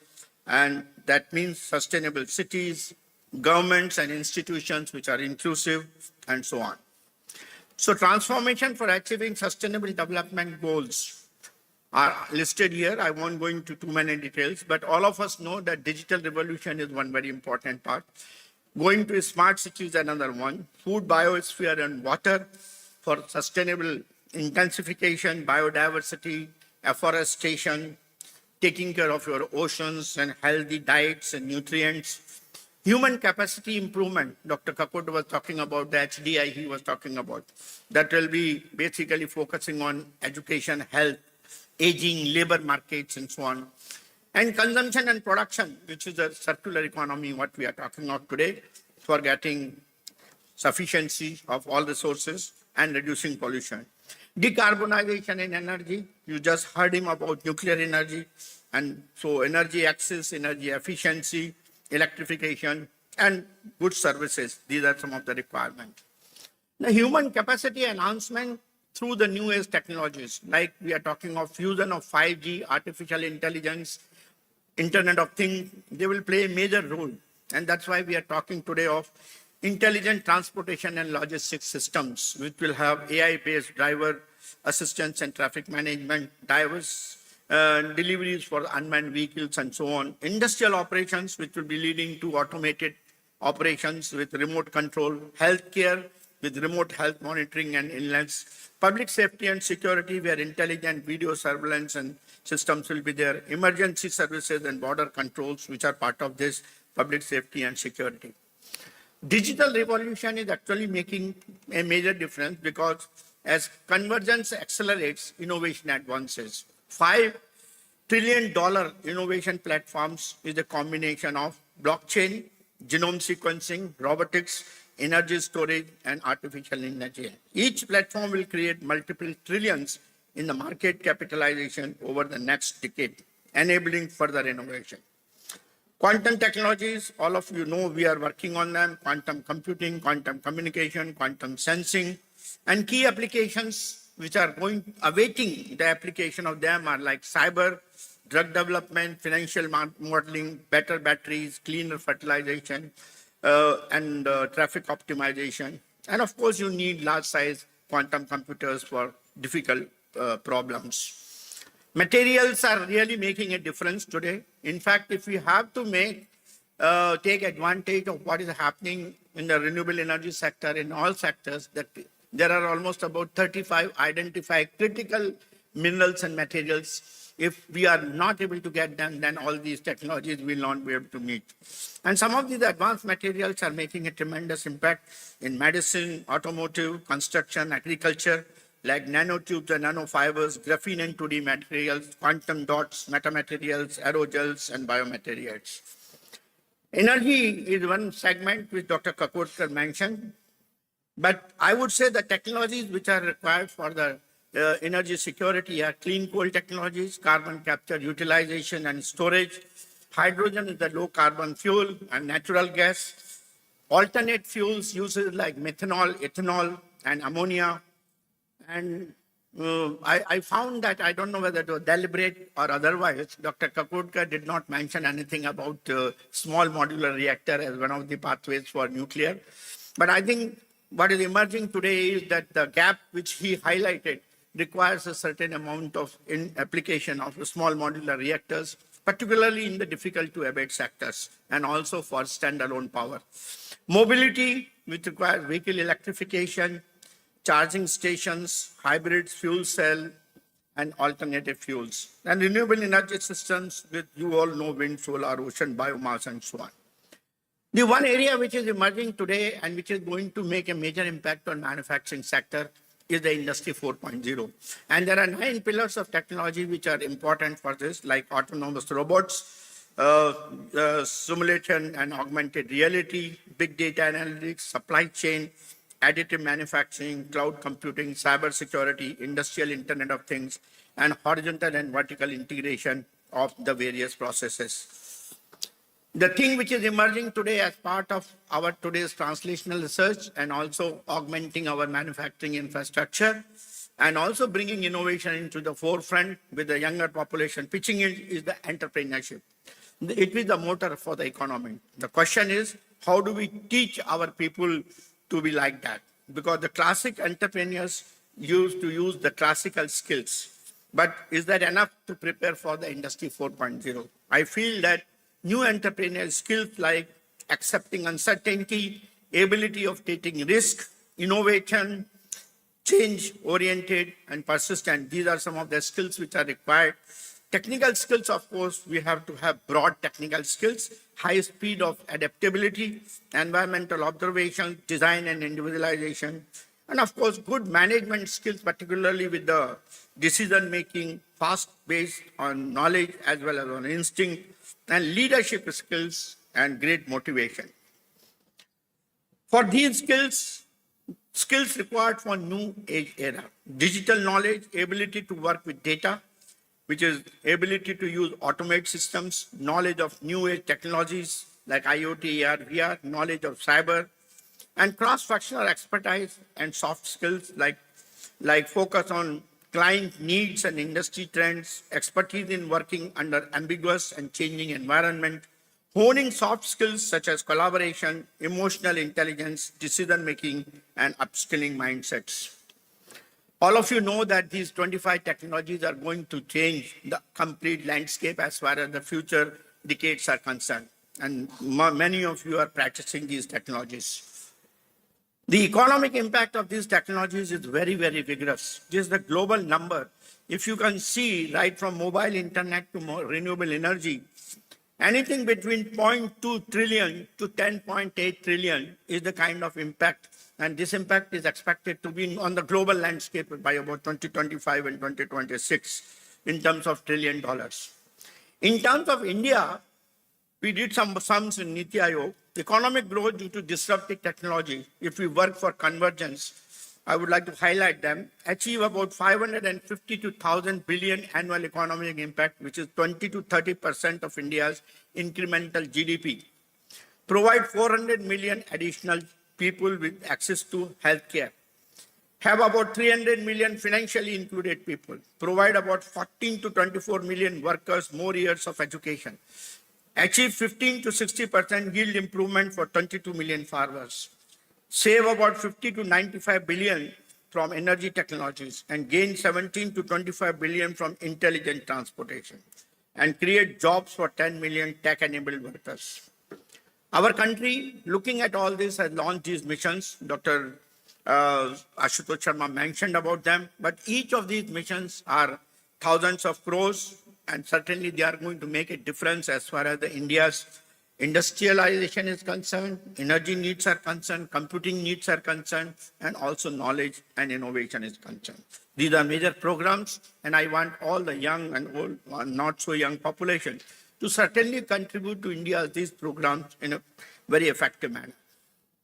These are some of the priorities which we have identified, starting from Industry 4.0 to defense and aerospace, which should be our focus to achieving the 5 trillion economy. There with respect to Industry 4.0, digital economy, precision agriculture, service sector, alternate fuels, cyber security, and so on.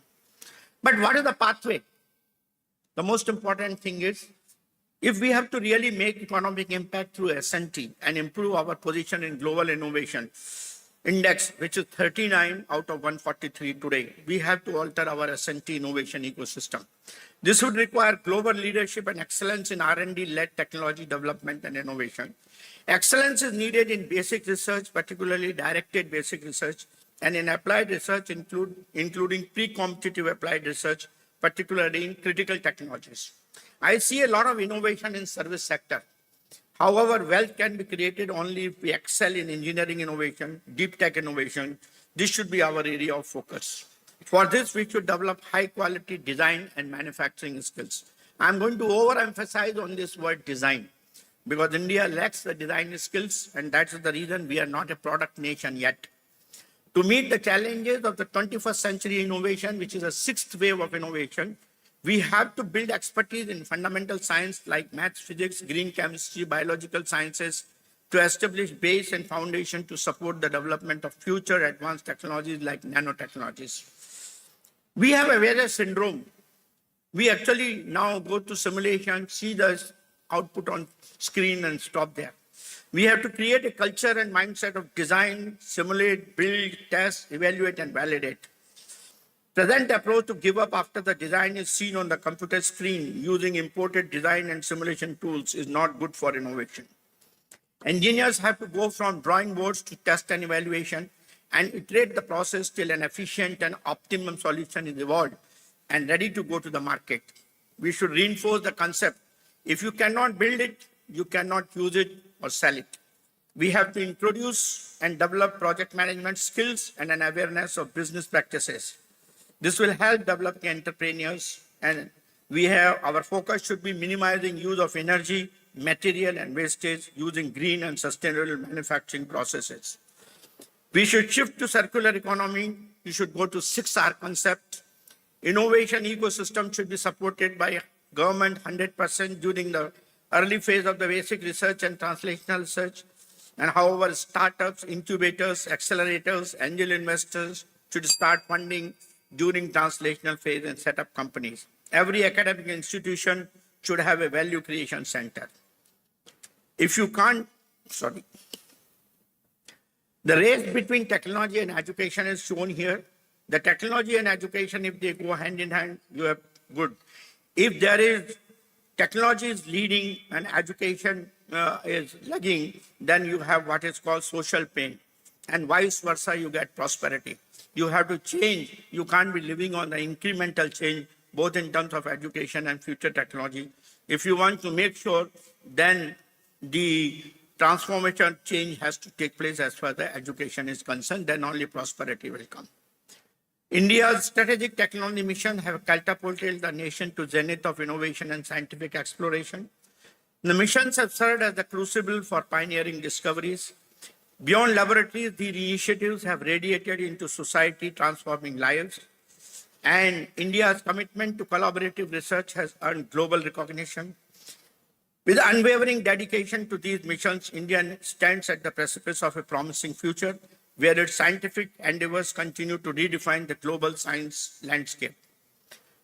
To conclude, I would say India has got all the ingredients and potential required for innovation. Let us convert this potential into reality by establishing a strong academia, industry, and national R&D labs collaboration. I'll go a step ahead by giving a clarion call to all of you to participate and contribute, not only to innovate, but to out-innovate and out-educate and outperform the rest of the world to become a global leader. Thank you. Namaskar.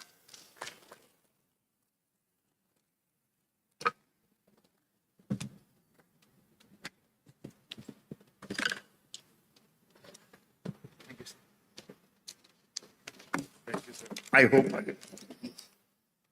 We covered a very vast ground, very practical. Sir, that connector also with you.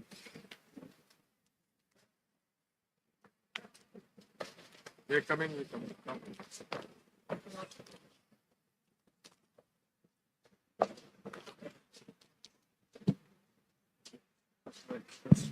Thank you, sir. I now request Professor Ashutosh Sharma, President of INSA, to formally induct Dr. V.K. Saraswat with a scroll and Angavastra.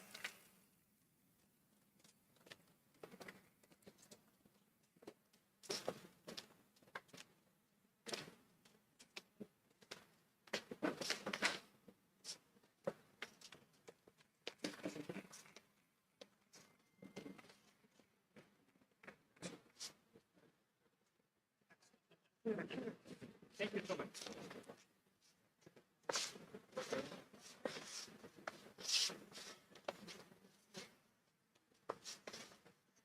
Sorry. I'll make. Thank you, sir. I now kindly invite Dr. S. Somanath to deliver his talk. Dr. S. Somanath is a distinguished scientist, Apex Grade, and Secretary, Department of Science, Chairman, Space Commission, and Chairman, ISRO. Dr. S. Somanath, having a career spanning nearly 38 years, is an expert in the field of space technology and systems engineering of launch vehicles and has made significant contributions in many areas. Chandrayaan 3 landing near the south pole of Moon was a great success under his leadership. He plays a crucial role in the architecture of Gaganyaan program for sending Indians to space and achieved the first test vehicle flight for mission abort demonstration.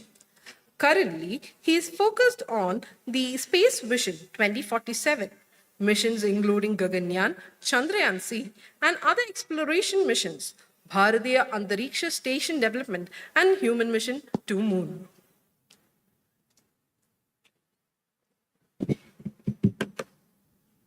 Good morning. Thank you so much for this opportunity to come here and address you on the occasion of the INSA's 90th meeting. I'm really honored to be inducted today as a fellow of INSA and thank Professor Ashutosh Sharma, President, especially for this honor, and also to Professor Satyanarayanan as well as Professor Narayan Rao for enabling this meeting to happen at SRM. It's really an honor to come out here and also to speak to the students here. Many a times, I think all of you know that when the space program started in the early 60s, the nations who were interested in working in space were all looking at traveling beyond the gravity of Earth and explore the universe and even take human beings to space. That was the intent, and not really looking at the applications, the remote sensing, communication, all of that came much later. But the initial intent was exploration. But then later, after having the human on the moon, the initial interest vanished. And the space program went into application domain. That came the communication revolution through the space, the Earth observation, the navigation, and many other activities that are happening in space. But other nations, advanced nations, were putting instruments in space, like the Hubble and many others, to look at the vast expanse of the universe and to understand the evolution of the universe and create a lot of science out of it. I think this passion continued, and because space gives an vantage point for you to look at and understand the universe and derives great understanding about it. And it's an inspirational place for everyone to go and look at it. But if you look at India, our priorities has been all the time into applications. The space program started with a drive to provide support to the administrators, to the decision makers on providing a synoptic view of the Earth, especially in terms of the mapping, resource mapping, looking at the disasters, looking at advanced warning, climate, weather, and many other things. I think it has done its purpose. And later we progressed to building our own indigenous capability of building rockets and satellites. So today we can be proud of the fact that we have an end-to-end capability of building space technologies, systems as we want today. Of course, our scale of operations are not that high as other nations. But our interest in exploration started when we started the Chandrayaan 1 program. The very first time that we decided that we will invest on some mission to look at moon. Of course, we were doing a little bit of science here and there, and when we did earlier missions to understand some of the atmospheric studies and ionospheric studies, etc. But then a large-scale investment happened with the Chandrayaan-1. Today we talk about Chandrayaan-3, the successful landing on the moon, something which we can be very proud of, having the first nation ever to land on the moon, on the southern half of the moon.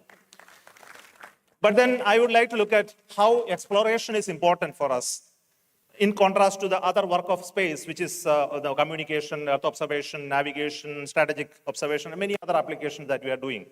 Because it has a potential to spur new developments, new technologies, an inspiration element, and possibly an economic activity at a later point in time, because it adds value of knowledge, space technology and science to the young people. Because we want you to come and work in this space technology. Without that inspiration element, I think it's not going to be, a scaling of activity is not going to take place. And this is well understood. And I would like to speak a bit about that aspect of it.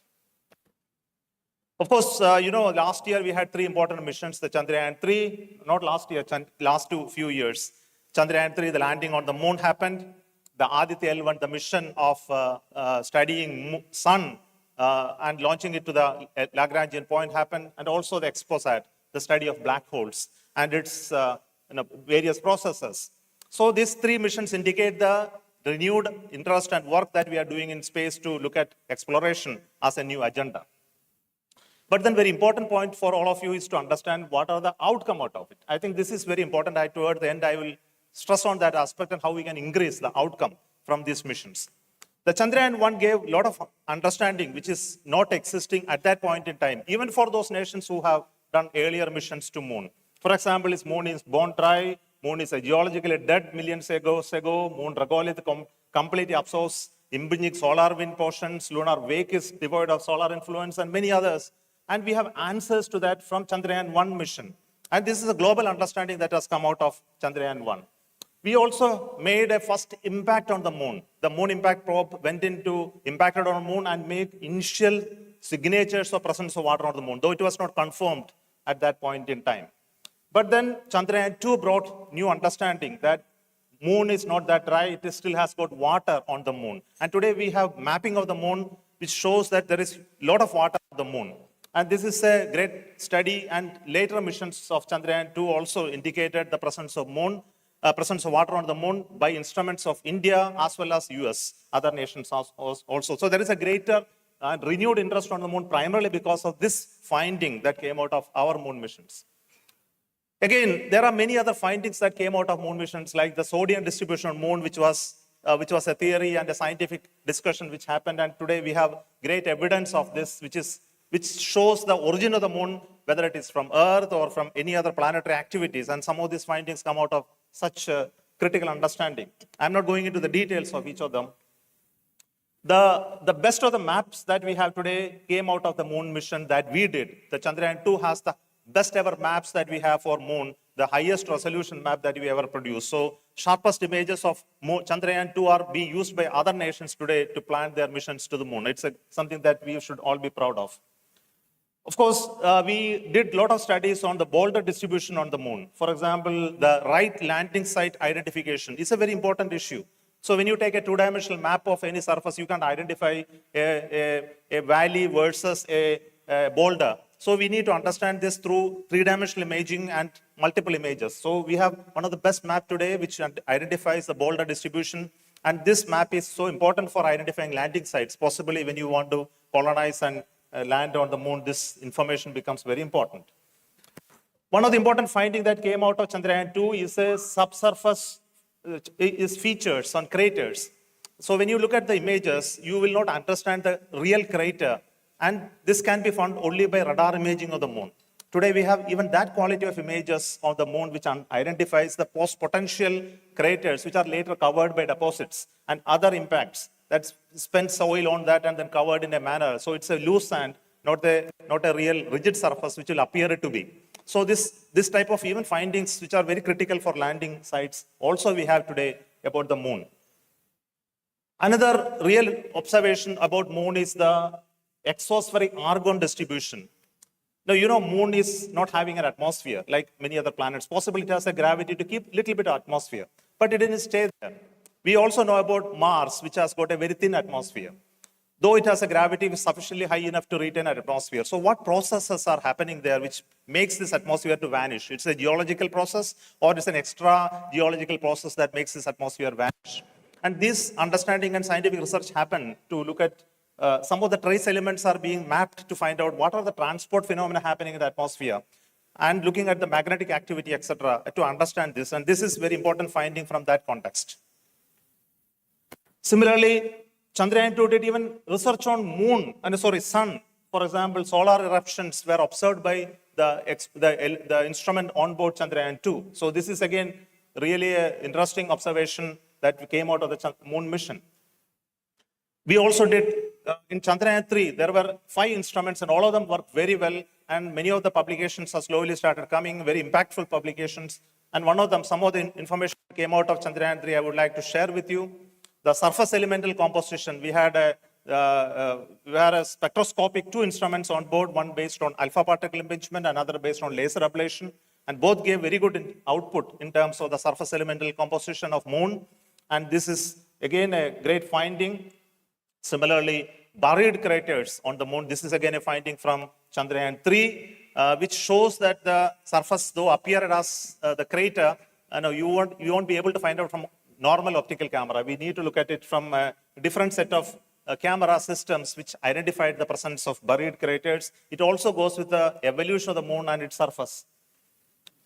Again, elemental composition from another instrument. It's a laser ablating instrument which showed the distribution of elements.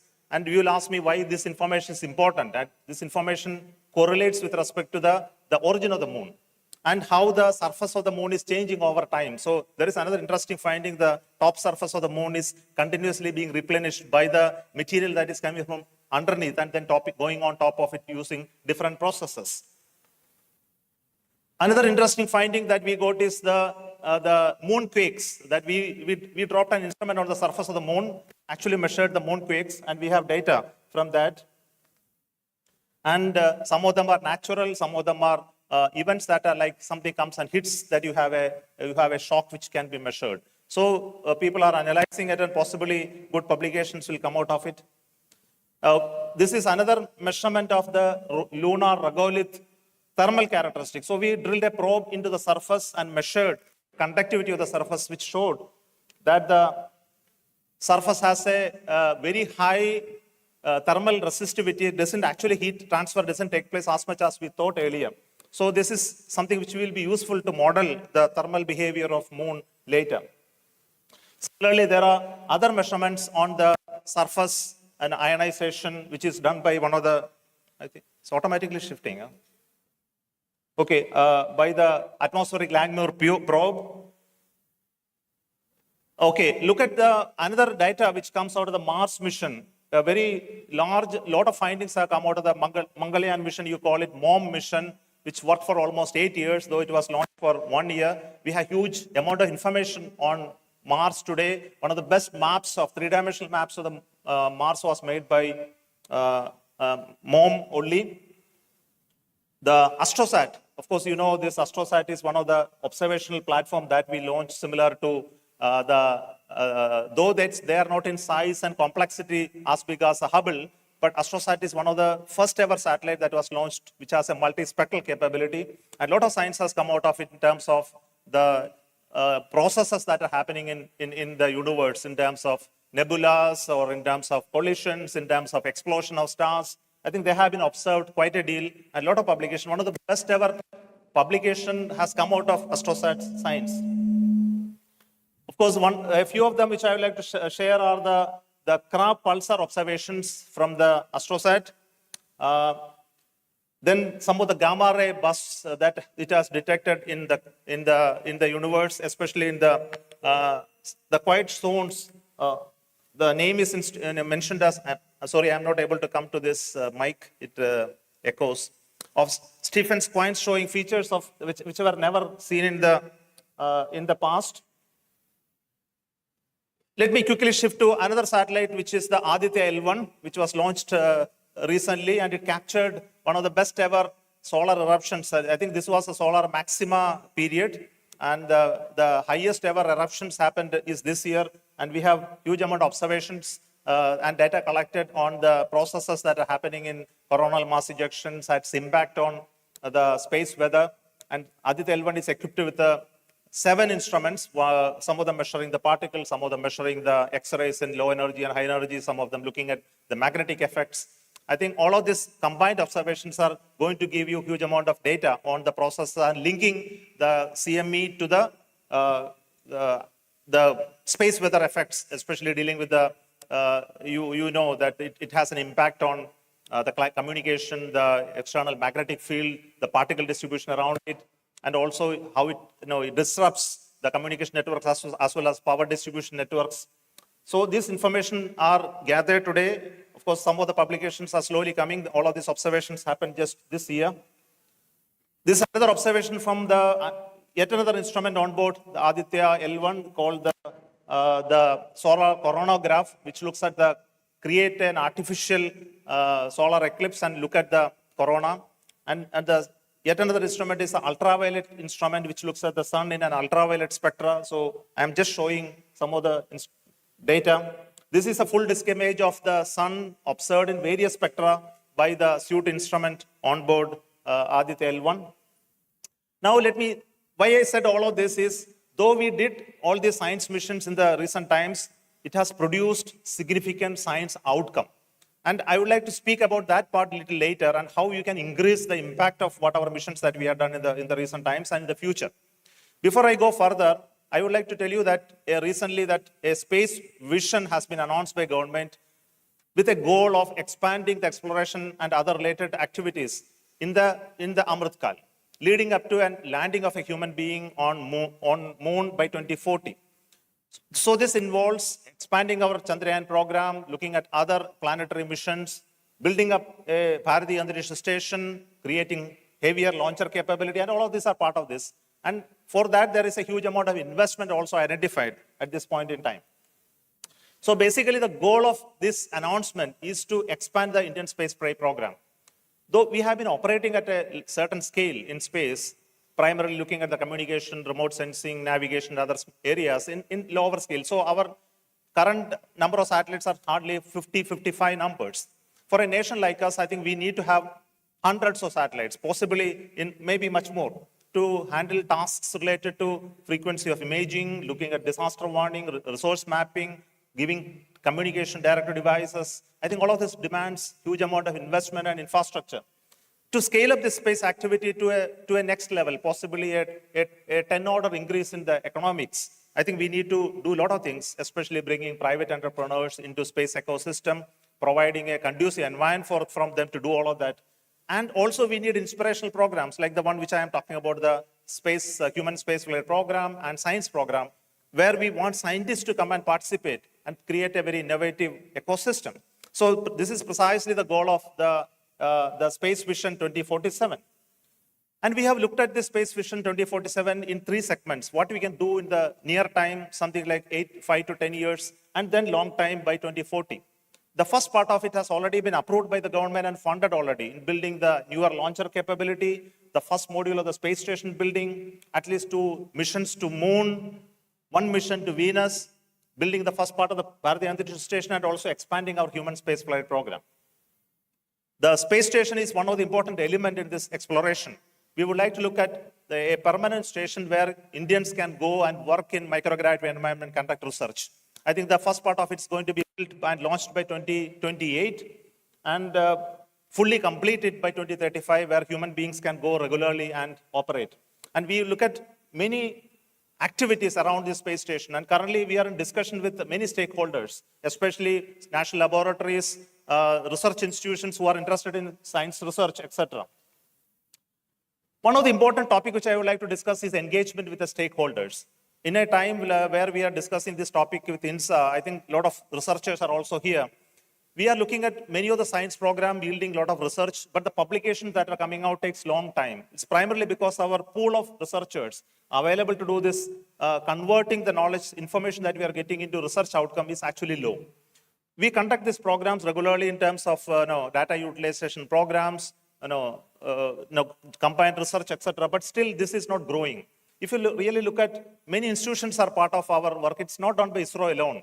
The science data that comes out of these missions are actually available in a public place, and all of you can download and use this data and create value out of it. So basically, we would like to look at how we can expand this science data utilization and create more astronomers and space researchers out of this. So we would like to work on this engagement and also look at a long-term plan of exploration in a manner which will be suitable to you, suitable to the interest, and suitable to the knowledge that is required. So this is the primary goal, and we have a lot of programs, and some of them are the institutional programs. We deal with the other ministries and departments like Department of Atomic Energy, the IIG. We signed with MOUs, the NGRI, and many other institutions, primarily to look at how we can collaborate and work on future exploration missions. Similarly, is the interest with the student community. We have a program coming up called START program, bringing students to work with us in terms of future exploration science research. And these statements and announcements will soon come, and I invite all of you to be part of it. And we also have national space science meetings, symposium meetings, where we look at brainstorming and workshops to identify what all new science programs are required for the country. So out of this, we have created a roadmap for the next 25 years or so, which are the new science missions and programs that we need to plan and work. I think it requires maybe 5 to 10 years even for planning. What are the type of instruments that we need to work out, which are labs that we can really collaborate, what science outcomes are necessary, how much funding it is needed, and what capability we need to do research a priori before we commit on a program. So I use this platform to announce that it's our interest and this nation's interest that we should work on explorations in a big manner, because it has a multiplier effect, especially with regard to the technologies that will feed into our operational programs, the autonomies and other advanced technologies that will go into the systems that we are working on, and of course, creating a strong pool of talents who will work on this for a long period of time to create new knowledge that is needed for the humanity. Let me thank you and wish all the very best to Future Science Exploration Program, and thank you for giving me this opportunity.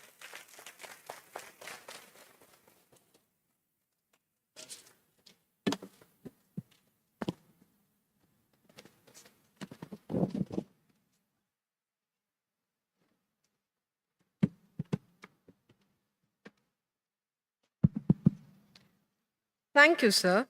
I now request Professor Ashutosh Sharma, President of INSA, to formally induct Dr. S. Somanath with the scroll and Angavastra.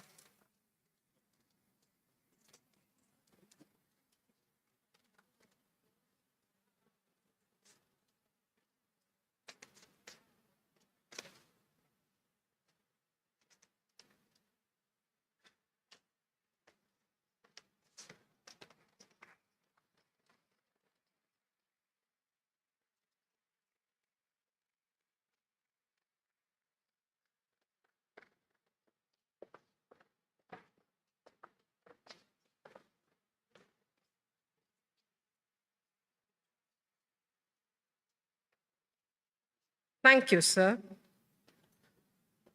I now kindly invite Dr. S.V. Kamath to deliver his talk.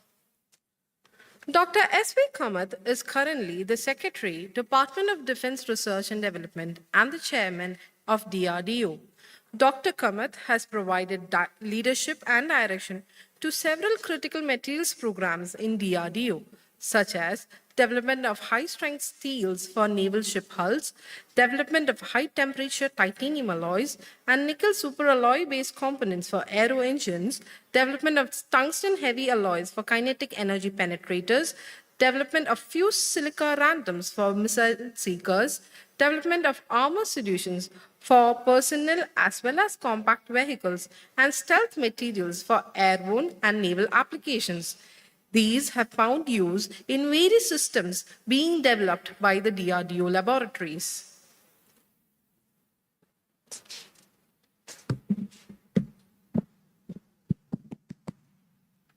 Good afternoon, everyone. Am I audible at the back? At the outset, I'm indeed honored and privileged to be inducted as a fellow of INSA, and I would like to thank Professor Ashutosh Sharma and the INSA team for bestowing this honor on me. So in this brief 15 minutes, I'm going to give you an overview of what is the road ahead for defense R&D.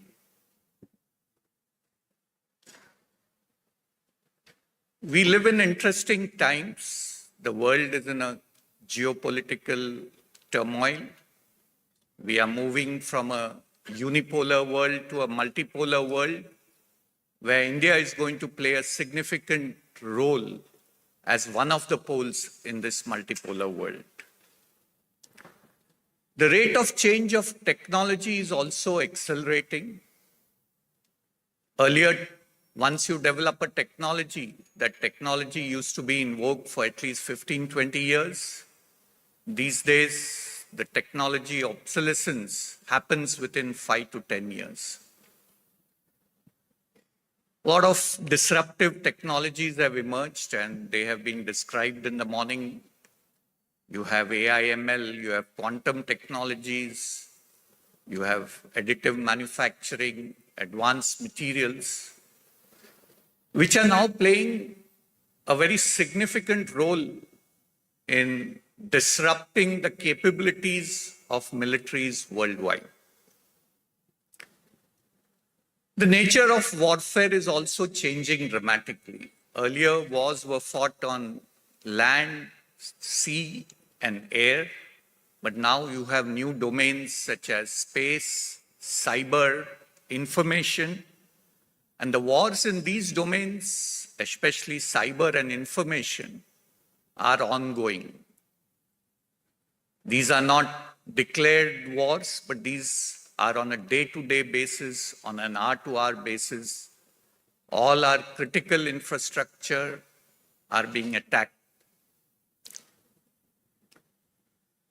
The warfare also is becoming network-centric with autonomous platforms and precision strike. In fact, the OODA cycle, that is the observe, orient, decide and act, is shrinking dramatically. And unless you are technologically equipped, it will be very difficult to fight future wars and win them.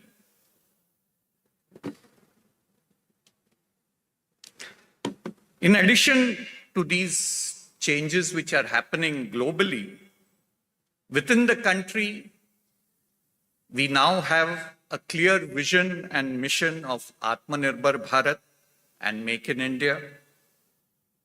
Our Prime Minister also has set us a goal that we have to become Viksit Bharat by 2047.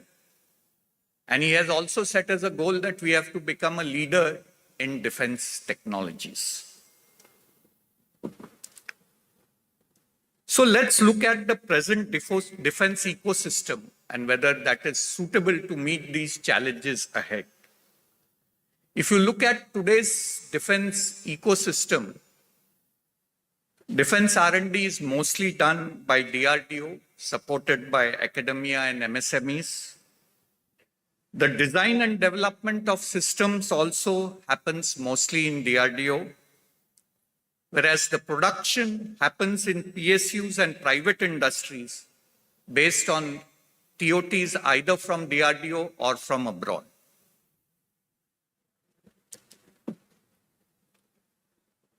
If you look at the defense capability pyramid here, if you really want to become Atmanirbhar, you have to build capacity and capabilities in all the steps which I have listed in the pyramid. It is not just enough to have system configuration and design capability or system engineering and integration capability, but you have to build capabilities in subsystem, components, device manufacturing, and of course, materials. And that too at industrial scale, not at lab scale. This is a challenge that we all have to overcome if we have to really become Atmanirbhar and a leader in defense technologies.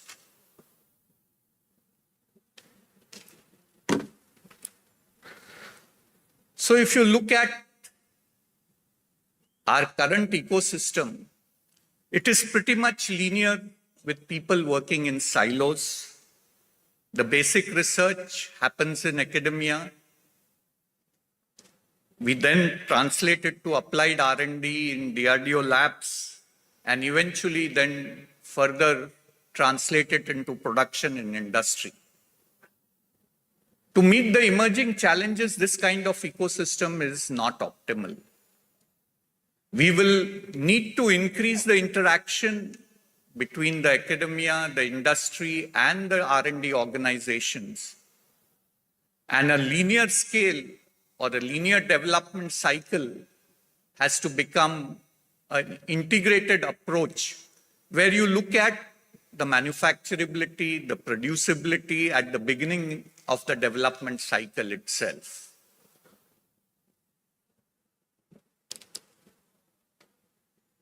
So what do you need going ahead? You need more participation by industries in design and development.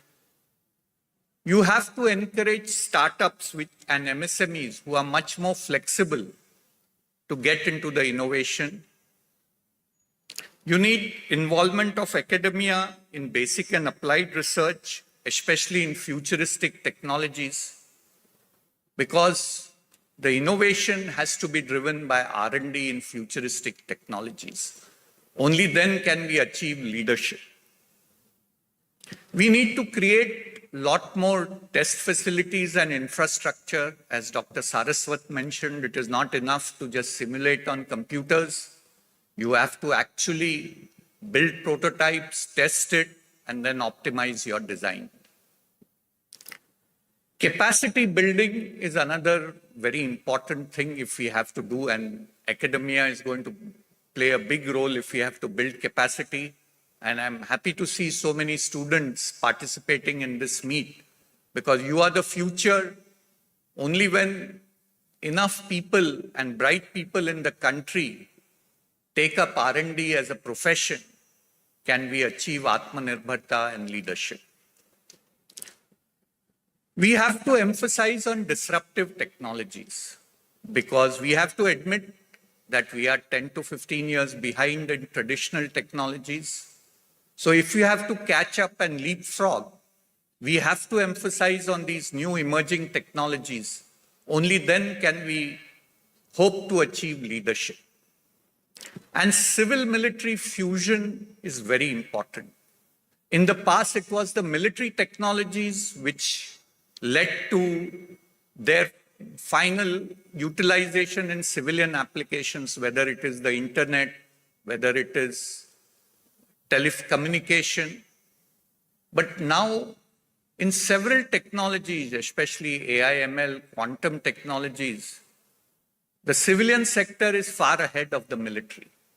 And unless we leverage the expertise that is available in the civilian sector in the country, we will not find it easy to achieve leadership.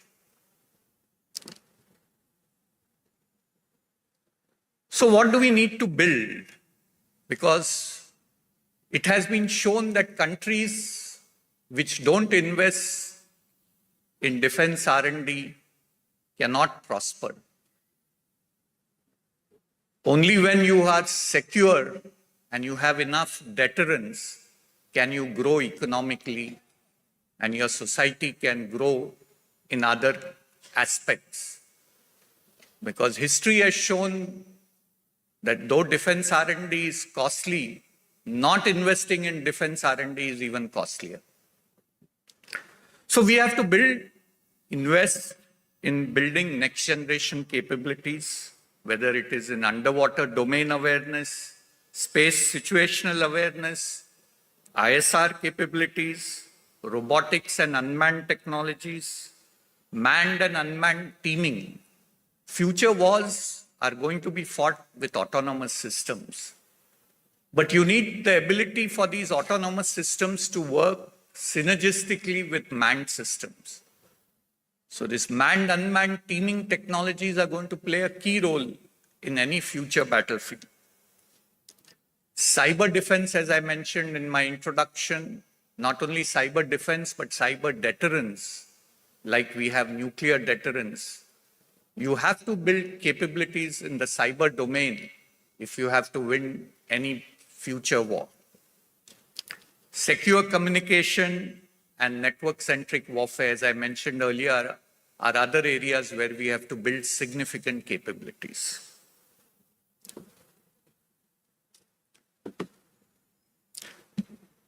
These are some of the future platforms that we are working on and would be developed in the next 5 to 10 years. The 5th generation stealth advanced medium combat aircraft, the twin engine deck-based fighter for our aircraft carriers, remotely piloted strike aircraft,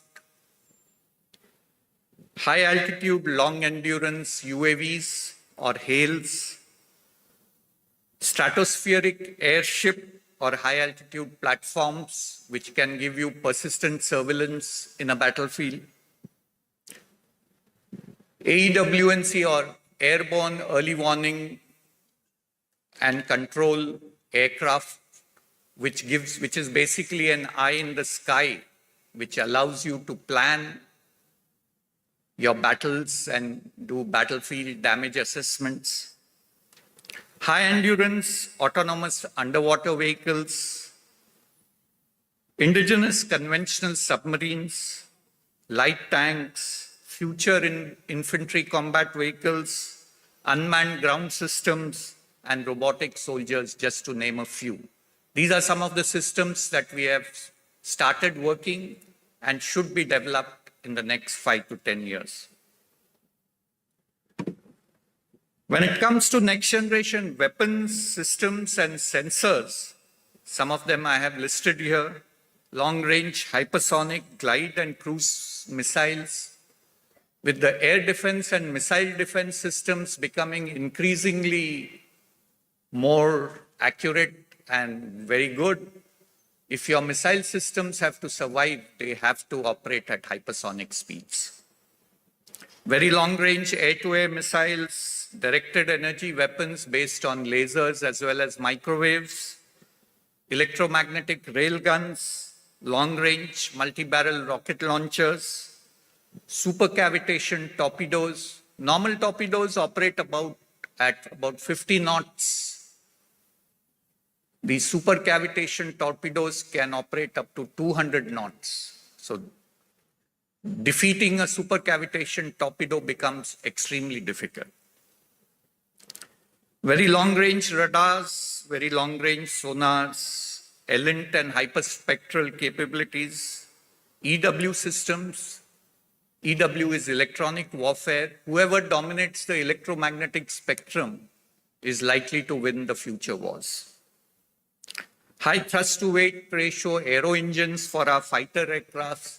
This is one very complex technology which we have to master if we have to get real Atmanirbharta. Electric propulsion for our ships, electromagnetic aircraft launching system or EMALS for our aircraft carriers for launching aircrafts. If you come to new and critical technologies which we need to master, I have listed out some of them. I will not go through them because of lack of time. But most of you are aware of these technologies, and we have to increase our focus, not only in academia, but also in startups, MSMEs, and our R&D labs, to not only master these technologies, but also achieve leadership in these technologies. So at DRDO, we have identified all these various technologies. You don't have to read them here. They are listed on our website. And you can, if you are interested in working in defense technologies, you can choose the technologies which interest you, and you can definitely contribute to defense R&D going ahead. We have also opened 15 centers of excellence in leading academic institutions. We call them DRDO Industry Academia Centers of Excellence. And for each of the center of excellence, we have identified certain domain areas. And these centers of excellence are going to act as a hub and spoke model, where we hope that what MIT and Stanford achieved in the US, these centers of excellence will result in the same kind of ecosystem being created around these centers of excellence in our country. We also have proposed a scheme, TDF scheme, where we can fund R&D in startups, MSMEs, as well as large industries, where up to 50 crores can be sanctioned for R&D within industry. And two of the gentlemen, Dr. Saraswat and Mr. Kakodkar, who are here present today, have played a key role in helping us in defining how such a scheme can be done. This will allow us to do cutting-edge R&D in startups using this scheme.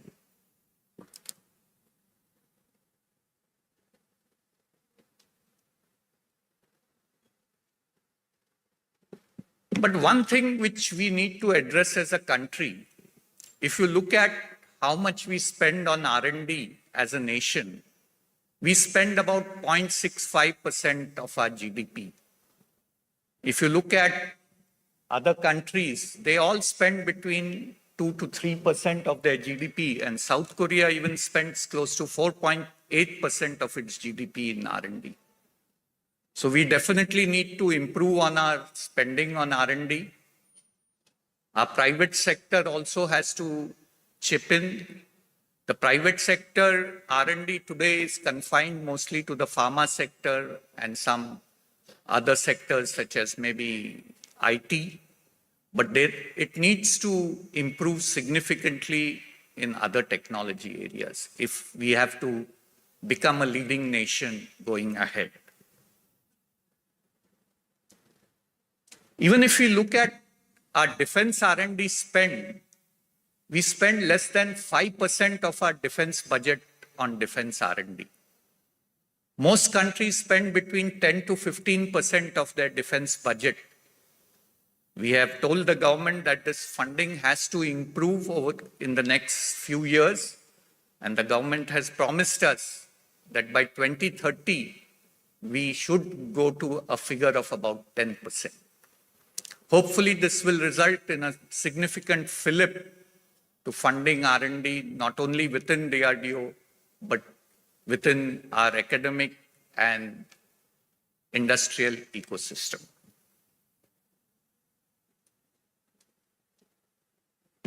One thing which we need to address is, as a society, and especially in government, we are very averse to risk and we are very intolerant to failure.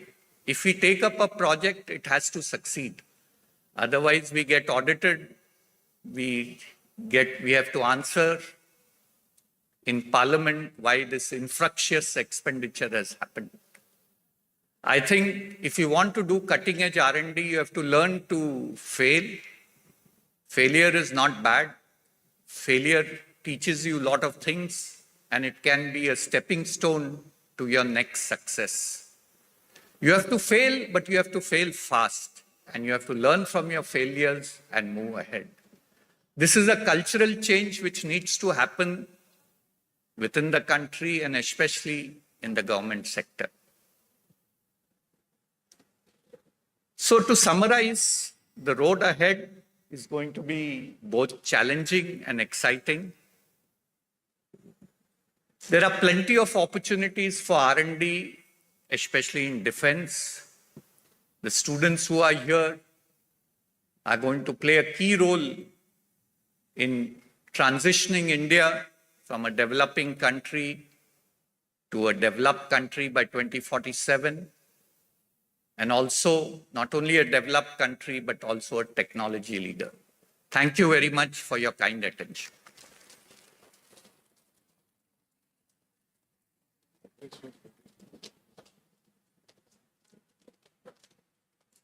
Thank you, sir.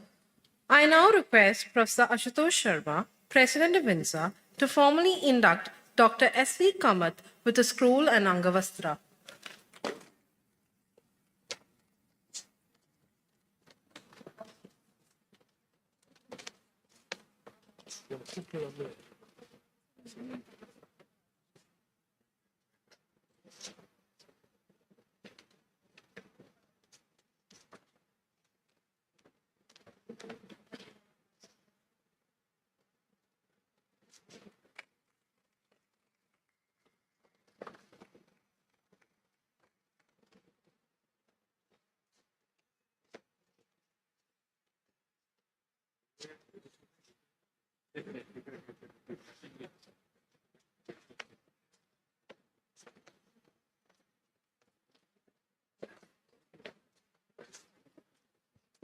Thank you, sir.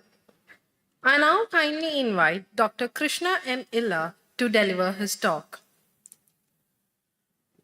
Dr. Krishna Illa is a leading scientist and entrepreneur in the field of vaccines and food. Dr. Illa's work spans three main verticals: human vaccines, veterinary vaccines, and food.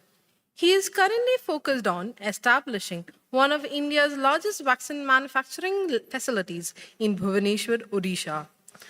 Dr. Ella spearheaded the development of several innovative vaccines, including Rotovac for rotavirus, Type R TCV, the world's first typhoid conjugate vaccine, and India's first new molecule, Covaxin, India's first indigenous COVID-19 vaccine. Dr. Ella is the first one to develop Zika and chikungunya vaccines in the world, which are currently in clinical trial phase.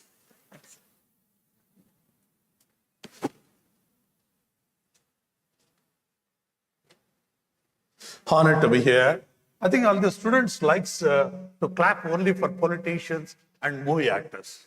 I think you are all lucky to have, people like Anil Kakodkar, Kamath, Somanath, and, Sharma and Saraswat, all of them. Let us clap for them. I'm telling you, you're all lucky to have you.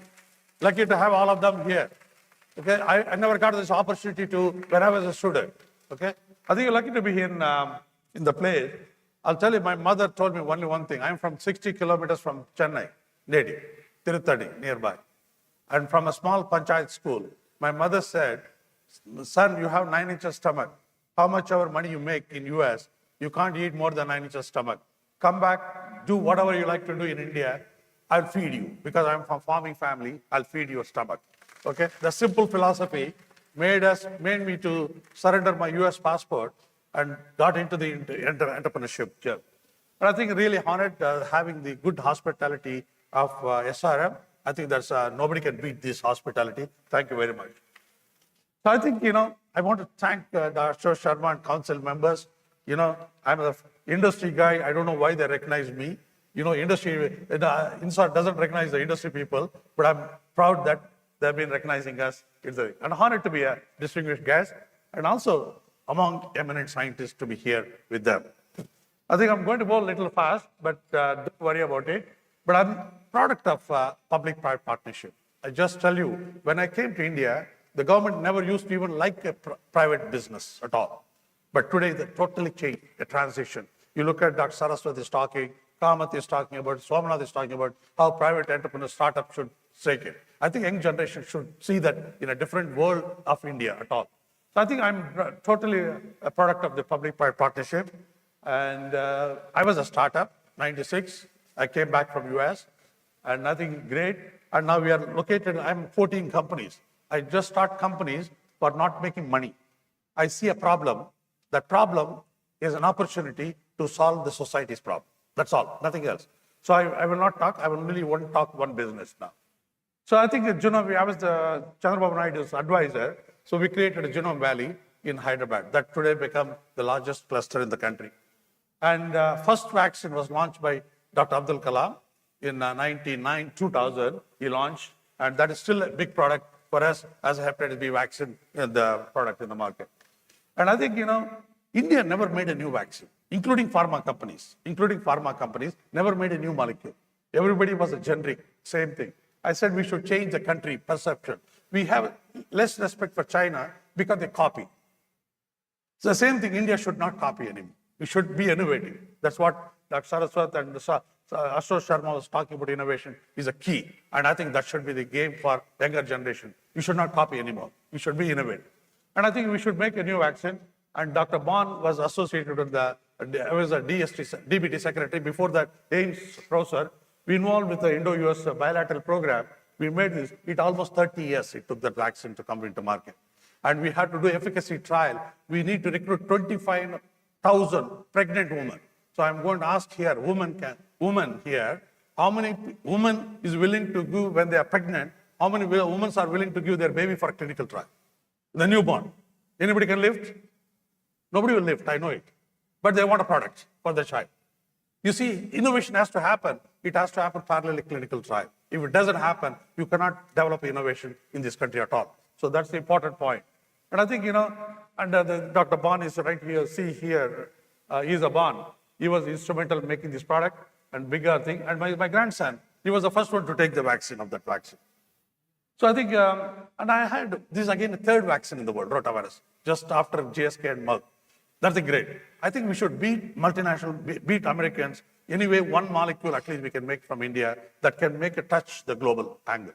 So we said we should do something, and we looked at typhoid. Typhoid is the existing typhoid vaccine, can be given only to the about 2 years. But people who get the typhoid in this country, in the developing world, are the people of the child, less than 6 months, 8 months, 12 months old baby. But the existing technology cannot be given because it doesn't produce immune response to the young baby.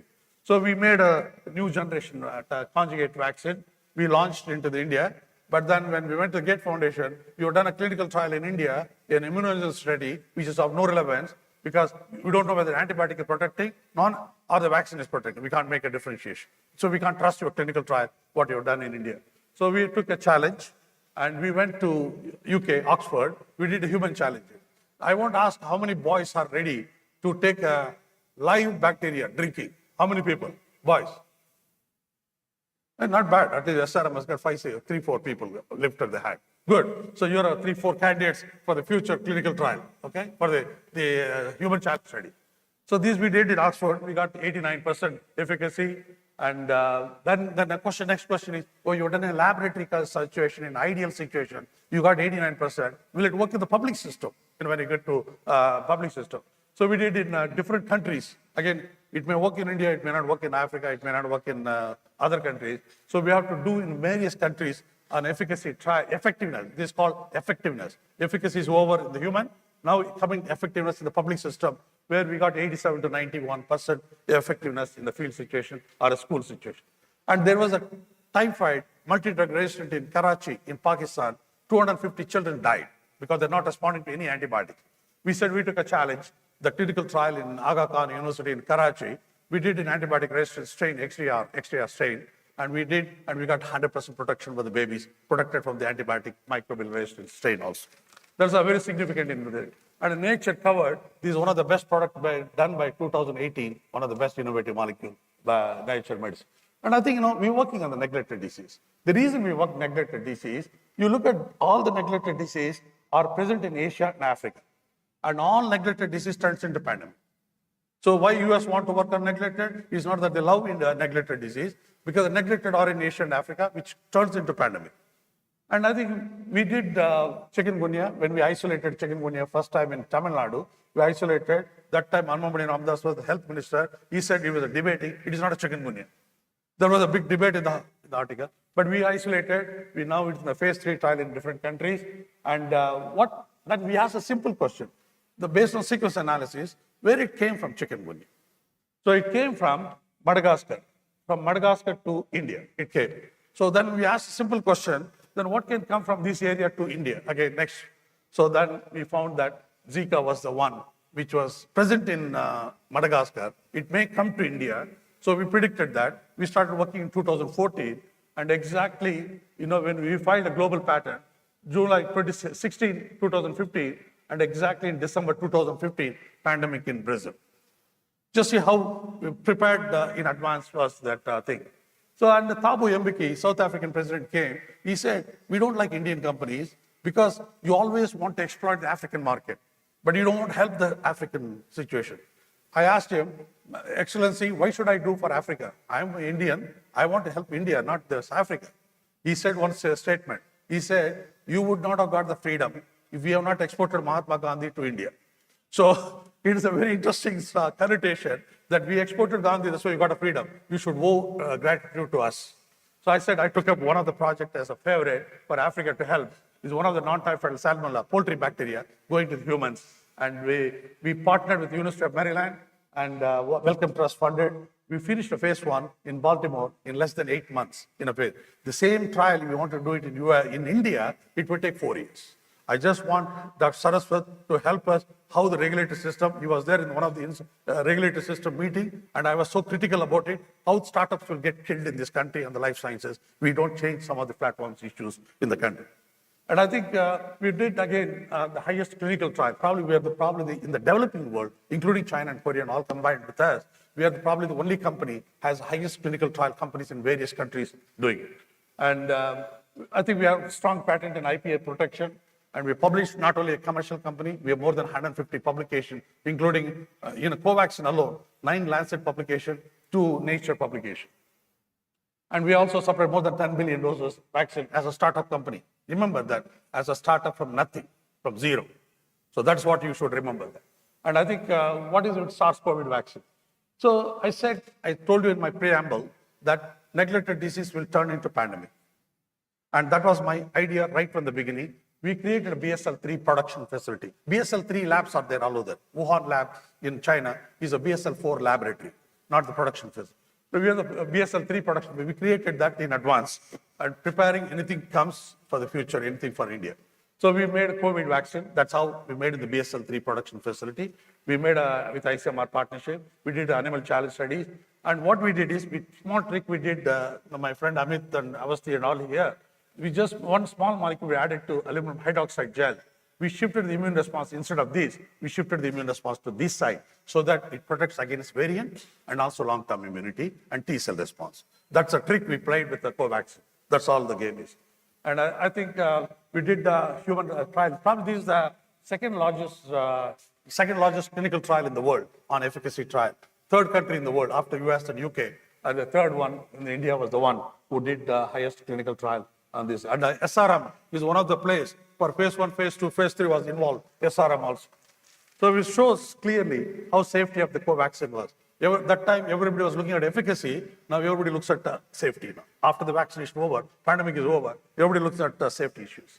And I think we have supplied Covaxin in various countries. And we have also made a platform technology for a nasal vaccine, because inactivated vaccine can help you differently. But when you have a respiratory pathogen like COVID or RSV and all that, the respiratory is where you need a protection. So we made a nasal platform technology. We launched it. And we also highest containment production facility. We have a veterinary side. We have BSL-4 production facility. That's the highest in the world. US is building now with a $2.5 billion investment with a BSL-4 lab in Kansas. But nobody else. Firbright is the only place in UK has got. Second facility is in Bangalore in India. So we have provision, and we also with the malaria. GSK is now shutting down the malaria in Belgium. They shifted everything to Bhubaneswar, to our new plant. Bhubaneswar will be manufacturing the malaria vaccine.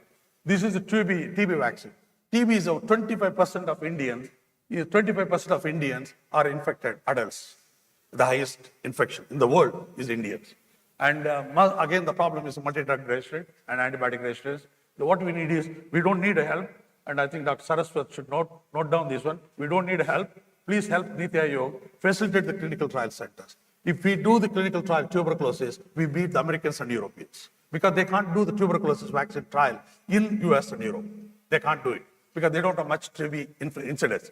We are the only country who can do. We can take a leadership in that position. That's the strategy we require. And that is where little politics gets into the country also. The scientific politics is also very good in this country. So I think, we will be taking a global shape. And I think geopolitics was a problem in the COVID time, Covaxin time. Competing with you. So when you compete with US and Europe, UK, they want to belittle India. That's a game they play. They played, no problem. Anti-India, anti-government, defame Indian product, discredit Indian science and technology. Media and scientists does not believe Indian science and technology still. But in the COVID time, it changed with the Covaxin. It changed the game a little bit. Thank you very much, sir. Thank you for this.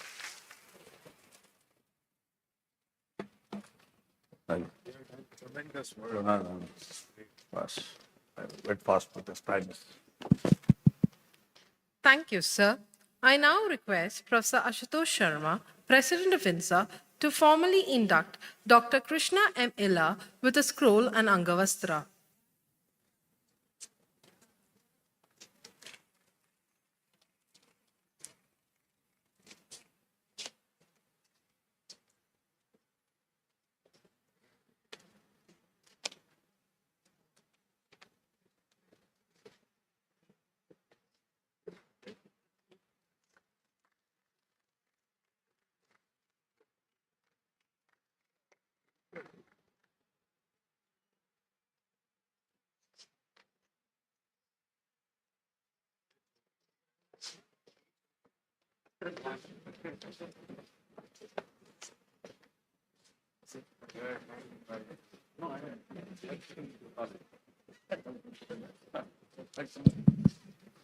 Thank you, sir. I now kindly invite Dr. K.N. Shivarajan to deliver his talk. Dr. Kumar Shivarajan received his B.Tech degree in Electrical Engineering from IIT Madras in 1987 and the MS and PhD degree from Caltech in 1988 and 1990. He worked at IBM TJ Watson Research Center, New York, and was on the faculty of the Indian Institute of Science, Bangalore, before co-founding Tejas Networks in 2000 as its Chief Technology Officer. Dr. Kumar co-authored the best-selling book, Optical Networks, A Practical Perspective, which is currently in its 3rd edition.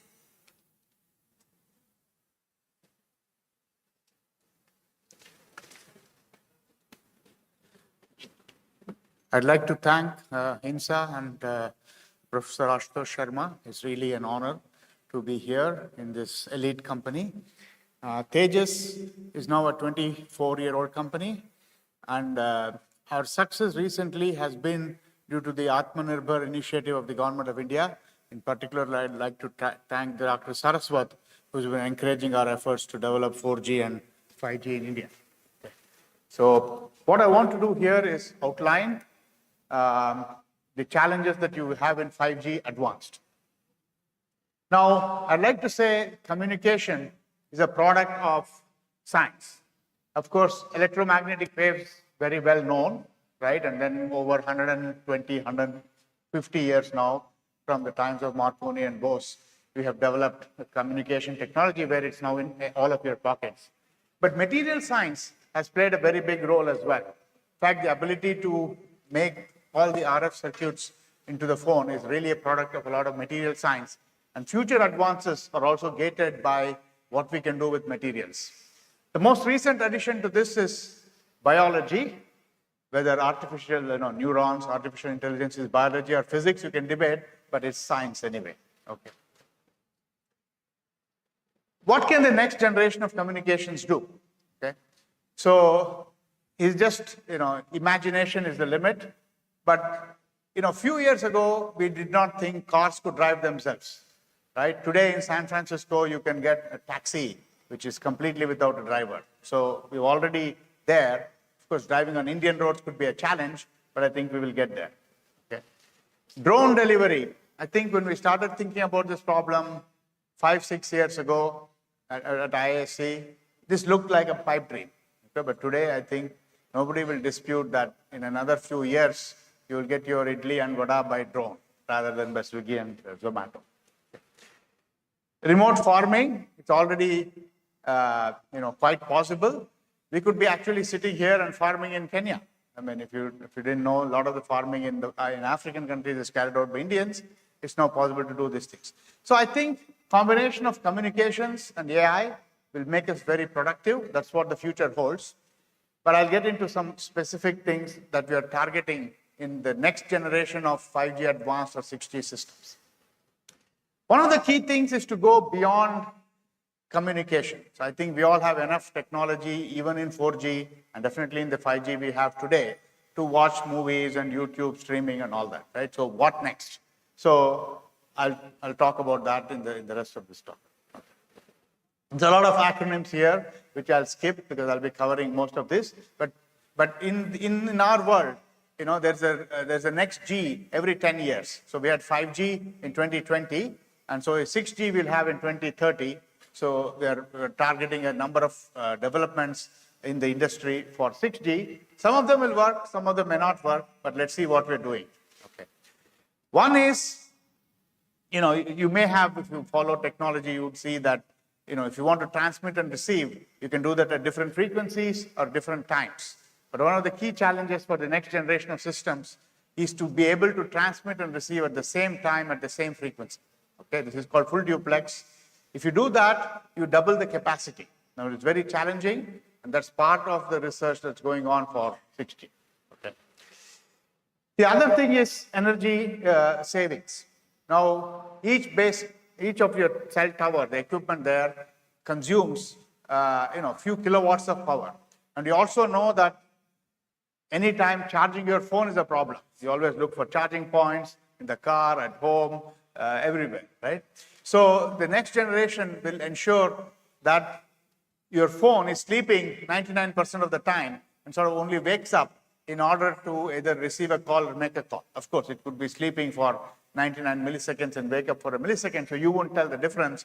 But that's sort of one of the things that will happen in the next generation of communications. Could also wake up the phone on demand. And there's a lot of similar technologies on the base station side to save energy. Okay. Massive MIMO. This is I think, one of the most exciting technologies to happen in the next generation. So today, a cell tower just communicates in like a 120-degree sector. But often, you want to reach only a few users who may be very far away, or you want to divide the capacity up in multiple ways. So there's a technology well known in communications where you can form beams by constructive interference of phase-shifted versions of the EM waves. So this can be used to reach a user who is far away, by just forming a beam in his direction, or to reach many users simultaneously by forming beams in their directions. So this is sort of there today, but it's going to get much more evolved in the next few years. That will give a lot more capacity, so maybe like even quadrupling the capacity. And we're all capacity hungry to watch all the videos and the internet. Right? The next thing that can happen is, you may be familiar with RFID. Right? So RFID uses a little bit of energy from the RF wave to sort of power itself.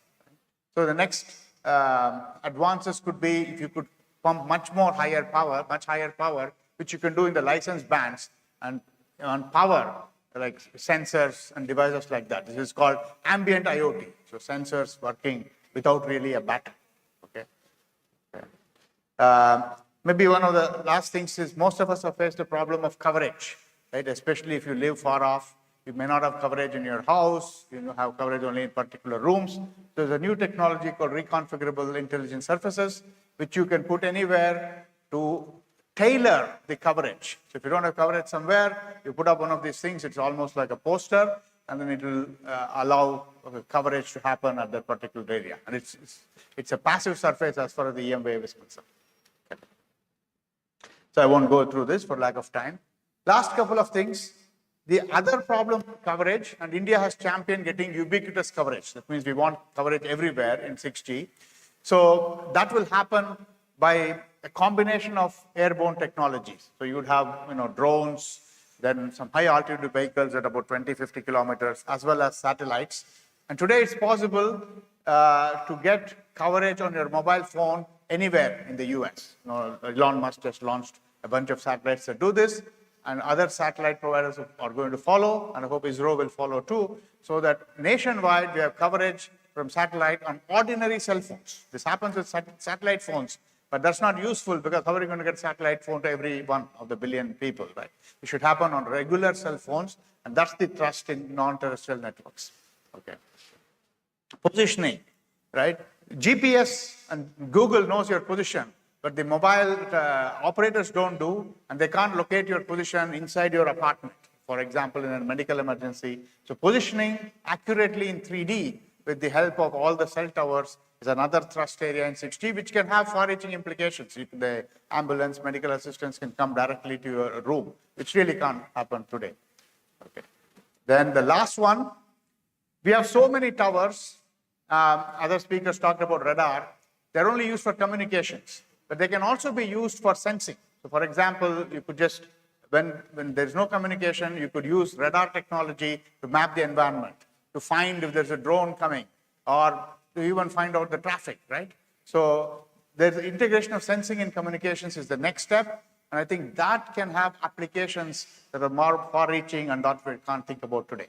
So I'd like to conclude my talk today to say science has played a big role in the next generation of communications technologies, and sort of our goal is to sort of implement these and leave it to the youngsters in the social media companies or wherever they are to find out new applications which can change our lives. So thank you.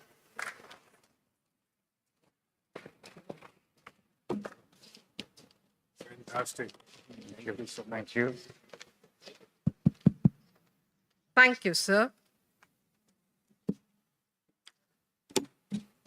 I now request Professor Ashutosh Sharma, President of INSA, to formally induct Dr. K.N. Shivarajan with a scroll and Angavastra.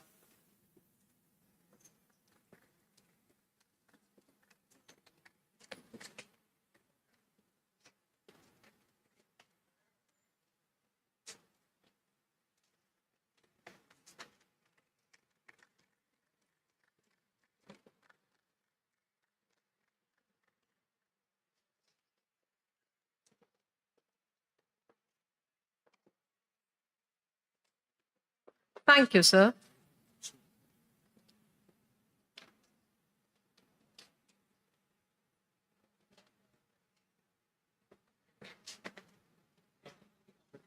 Okay. I now kindly invite Dr. Abhay Bhang to deliver his talk.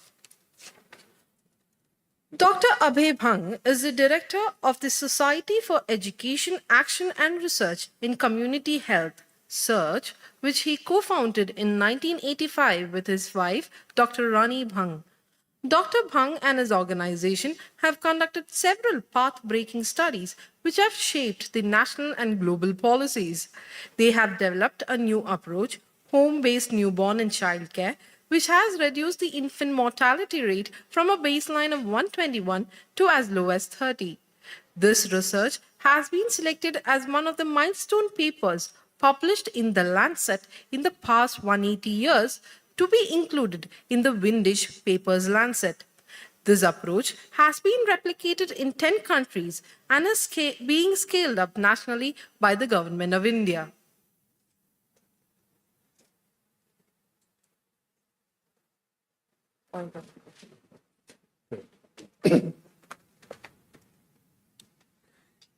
I'm indeed honored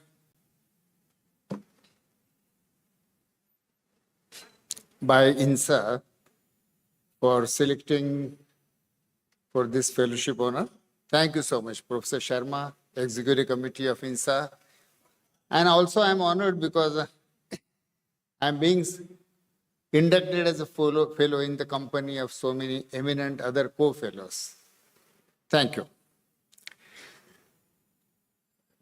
In this section, which is labeled as Science for Society, so very naturally, I'm going to switch gear and from the policy or basic sciences research, I'll talk about something else. We all know that research is so important for new technologies, inventions, solutions. Not only that, research is the main source of wealth. All global wealth will go where research will happen. So several questions about national policy, national priorities have been earlier discussed. But the one question is, where research is conducted, who conducts research, how is research conducted, and finally, who owns the research is extremely important. So today, I have titled my presentation as Research with the People. And I'll try to share with you two stories and then reflect on this issue, research with the people. Now, all these two stories happened in the theater of Garchiroli. Garchiroli, as you can see there, is this place. So at the eastern end of Maharashtra, bordering with the Chhattisgarh area of Bastar area of Chhattisgarh is Garchiroli. Very remote, very backward, Naxalite affected, malaria, tiger affected. So it's called Kala Pani of Maharashtra.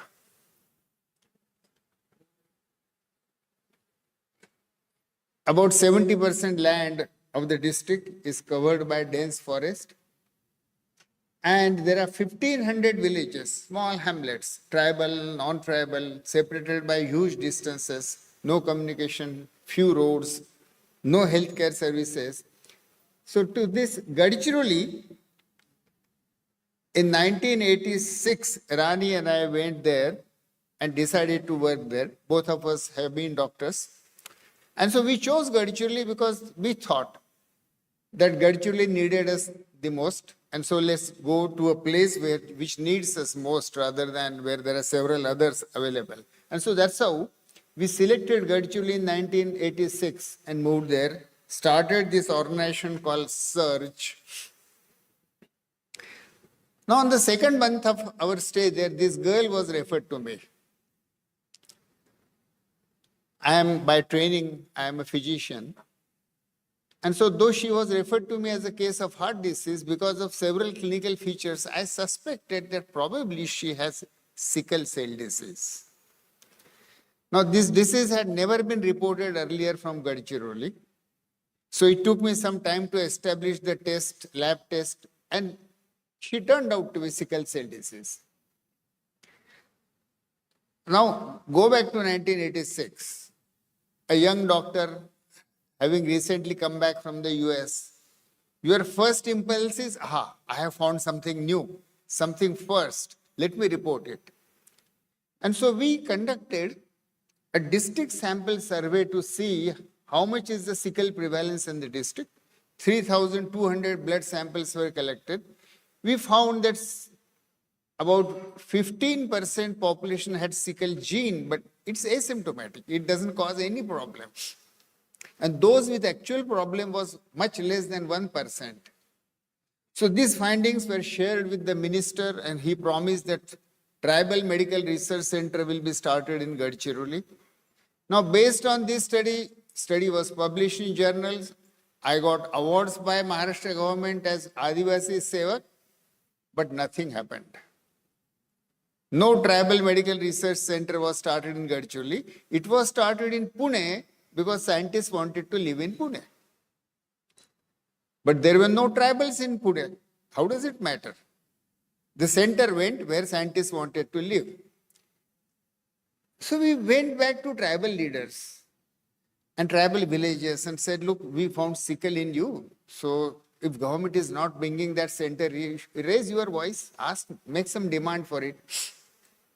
Tribals looked at us very blankly. And they said, sickle is not our problem. It is your problem. You solve it. They said, did we ever come to you and tell you that sickle is our problem and do something for it? You came, asked for a drop of blood. We thought a young doctor couple has come. Why disappoint them? So we gave you a drop of blood. That's the only thing. We have nothing more to do with this problem that you call sickle. You found it out. You solve it.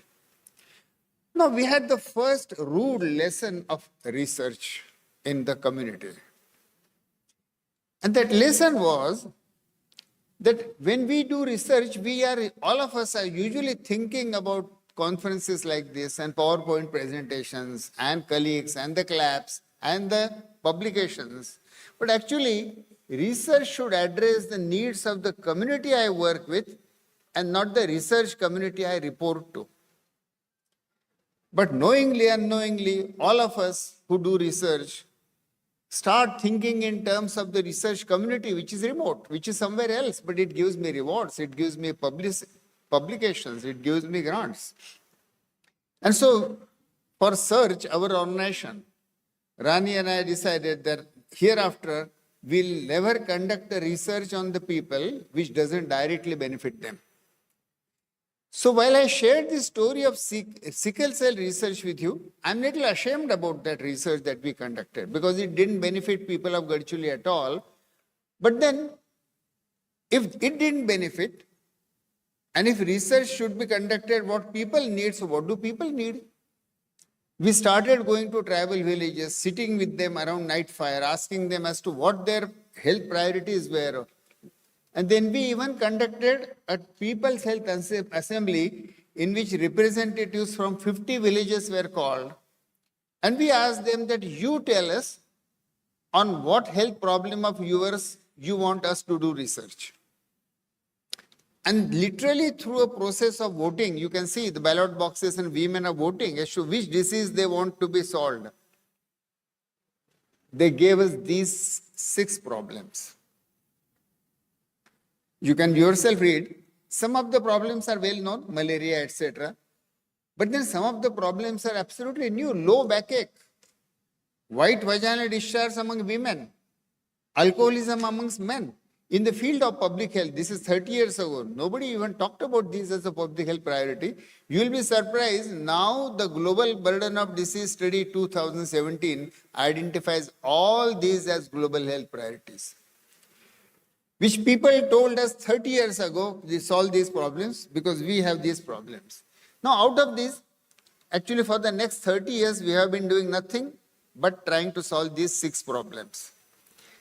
I'll share only with the story of child death. We started measuring child mortality in nearly 102 villages. And usually the one measure of child mortality is infant mortality rate. 1,000 babies born alive, how many die within 1 year? That is called infant mortality rate. And we all know infant mortality rate is a very important health and development indicator. Garchiroli had infant mortality rate of 121. And 70% of that was actually in the first 1 month of life, which is called neonatal mortality, NMR. So newborn mortality was a very major issue. The child death that they asked us to solve the problem, we realized that newborn mortality and pneumonia in children were the major issues. Now, where are these babies born? And this is year 1993, photograph that you are seeing from a village called Murza. This is a home delivery room. And a woman has just recently delivered few days ago. She is lying on the charpoy, emaciated, thin, wasted. And the old woman is taking care of the baby which is preterm, low birth weight, naked. And look at the cow dung plastered flooring. Billions of bacteria are teeming there, so no wonder that these newborn babies would become cold, hypothermic, infected, and would die. And at that time, 95% deliveries in Garchiroli used to occur in home. And almost 60% of India's deliveries used to occur in home. So 60% of India was born in this kind of home delivery room and these conditions. If those babies became sick, the standard WHO, UNICEF guidelines were sick newborn is a very difficult condition. Immediately take baby to hospital. Nearest hospital was 200 kilometers away. And the traditions didn't allow a newly delivered woman and the baby to step out of the house. And so out of desperation, we decided that if babies cannot go to a hospital, medical science must go where the babies are. And we decided to turn science of neonatology upside down and to make every home and hut as a base for newborn care when the baby is born. With that, we designed a new model of newborn care called home-based newborn care to deliver primary neonatal care at home in villages of India. But most important, using the human potential available in the village. No dependence on doctors, hospitals, drug industry, and this human potential, I should have really said woman potential. So to provide this home-based newborn care, we selected women from villages. She is Kajubai. Kajubai is 8th standard fail Dalit woman from a village called Ambeshivni. We selected her to become a neonatologist of her village. Similarly, 39 women were selected from 39 villages. These 39 villages became our intervention laboratory of new model of newborn care. Adjacent 47 villages where the government program regularly continued, they became our control area. And a 3-year control trial, field trial was conducted in Garchiroli.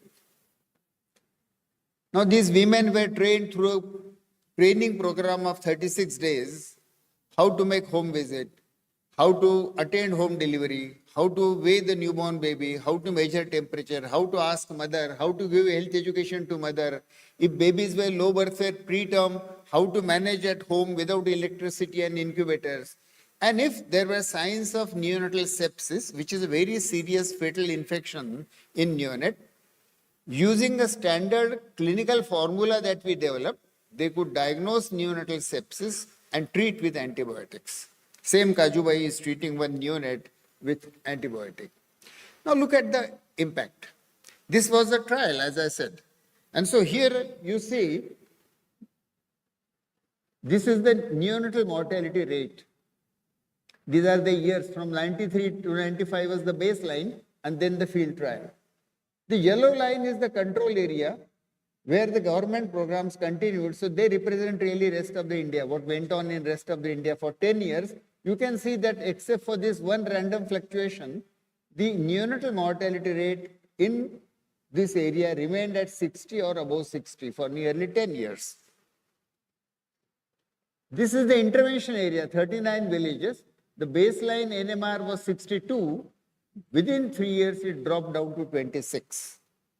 62% reduction in the neonatal mortality. Here the research trial was over, but then as an ethical responsibility, we continued as a service program, and the neonatal mortality remained low, 70% low as compared to control area.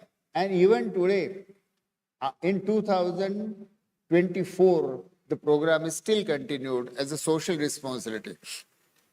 Now, in the US, if any new discovery or any new method reduces NMR by 5%, it would become headline in the US newspapers. And here these women of Garchiroli had reduced NMR in Garchiroli by 70%. Garchiroli remained backward, Garchiroli remained illiterate, Garchiroli remained poor, Garchiroli remained malaria infested, nothing changed. What changed was this. This woman in that hut was dark, the woman was helpless, but opened one window of knowledge, one window of training and opportunity, and that empowered woman can do the miracle. So this is basically an empowerment model where medical science and knowledge empowers village women to take care of babies in their own village. This study was published first in the Lancet in 1999. It created waves world over in the field of public health and neonatology because it was unthinkable that village women could be trained to become a village neonatologist. With a very solid evidence, subsequently the Lancet selected this paper as one of the vintage papers published in the 180 years history of the Lancet. The American Academy of Pediatrics published a special volume of their journal on only Garchiroli studies. So with this backing, Government of India sent a planning commission team and they found that the evidence was very solid. And so it was decided that in the 10th five-year plan, this model will be scaled up throughout India. We were asked to train ASHAs. So ASHA model is partly based on our Garchiroli model. We designed a training system by which we trained 8 lakh ASHAs in the next 3 years. And now you can see, except for Tamil Nadu and Kerala, where IMR was already very low. So these 2 states didn't need home-based newborn care. Rest all states in India, 8 lakh ASHAs are every year now providing home-based newborn care. Last year, 1.5 crore neonates in rural India received home-based newborn care. So more than half of India received, newborn India received home-based newborn care through these ASHAs. And finally, the UNICEF, WHO, USAID and Save the Children, they studied this model and finally brought out a statement that where hospital is not available, home-based newborn care is the solution for the developing countries. Today it is being home-based newborn care in toto or partly is being implemented in 80 countries world over. So as a researcher, whenever especially because there are several young people here, when we want to do research or we start our research career, our first question is, where should I do research? which national institute, which laboratory. Based on our experience, my advice is go where the problems are and not where you become a problem. Places like Garchiroli, places like rural Tamil Nadu or Andhra Pradesh or Chhattisgarh, everywhere there are problems waiting to be solved. If you go there, you become the pioneer because nobody else went. If you apply to a National Institute for Research Associate, okay, keep on waiting. There is a long queue. You wait, and then finally there is no problem to be solved except for what to do with you. That is the only problem. So better go where the problems are and where nobody wants to go. Second question is, how should I identify research problem? I just now shared with you. Listen to the people. Don't begin with your own intellectual priority or what is published in Britain or America journals and follow those leads. Instead, get your own new leads from the people. They know what they are suffering from. What they do not know is how to solve it. So ask the people, collect data. How should I conduct research? Now, there is an ethical problem with research, especially in my field, community health research. This photograph was taken somewhere around 1980s in Somalia. There was a huge famine. This child, malnourished, sickly, about to die, it has given up any hope of survival. And before the child is died, the vulture is waiting there. Now this photograph became it became the cover story of the Newsweek, and it received the Photograph of the Year award. But the photographer committed suicide after 6 months. Reason? What happened to that child? The photographer could not really appease his conscience as to what happened to that child. I took photograph, I got award, but what happened to that child? Similarly, for the researchers, there is an ethical problem. In the present approach of research, especially in the field of public health, community health in which I work, that researcher gets publications, grant, career growth, claps. What about the people? What do they get? And so today, we often indulge in what can be called research on the people. And let me go back and say, our research on sickle cell disease was a shameful piece of research on the people. I'm ashamed of it. But yes, we learned from it. So research on the people, that's what is usually done. Can there be a research approach in which people are also enriched? They are empowered? They take part in the research? That I would like to call research with the people. How that would be? People should need it. People should need that research. Not they are being used as guinea pig for research. They should need it. What happened? People should understand what research is being done. People should participate in doing it. People should use that research. And finally, people should own it. The way home-based newborn care approach was developed in response to child deaths problem expressed by the community. And then the home-based newborn care was delivered through women in the villages. People of Garchiroli received benefit. And even today, people from all over the world come to see the home-based newborn care being practiced in Garchiroli. Now, this research with the people, will it produce impact? We just now saw Garchiroli is a remote place where nobody wants to go. Garchiroli is known only for Naxalites, bomb blast. But a research piece done in Garchiroli, it changed the policies in Geneva, London, New York, and in Delhi. And so finally, I would suggest that this is a four-stage approach to research Research on the people. We ought to move from first stage to fourth stage. Research on the people, research for the people, better. Research with the people, still better. And I am dreaming that someday there will be a stage of research by the people. Thank you so much.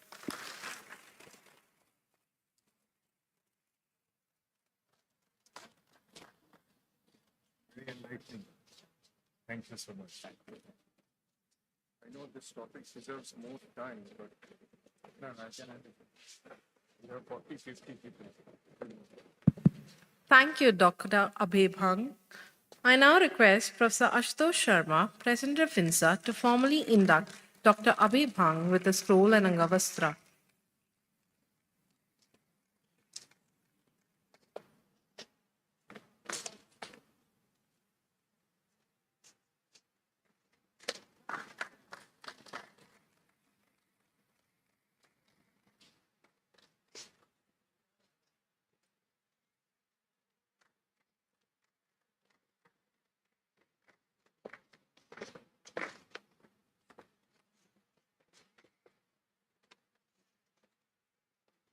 I now kindly invite Mr. S. Chris Gopalakrishnan to deliver his talk. Mr. Senapati Chris Gopalakrishnan is the chairman of Accelero Ventures, an accelerator that helps startups during the early stage of their business journey. Mr. Gopalakrishnan is one of the co-founders of Infosys. Recognized as a global business and technology thought leader, he was voted the top CEO IT services category in the Institutional Investors Inaugural ranking of Asia's top executives. This will be the last talk for this session.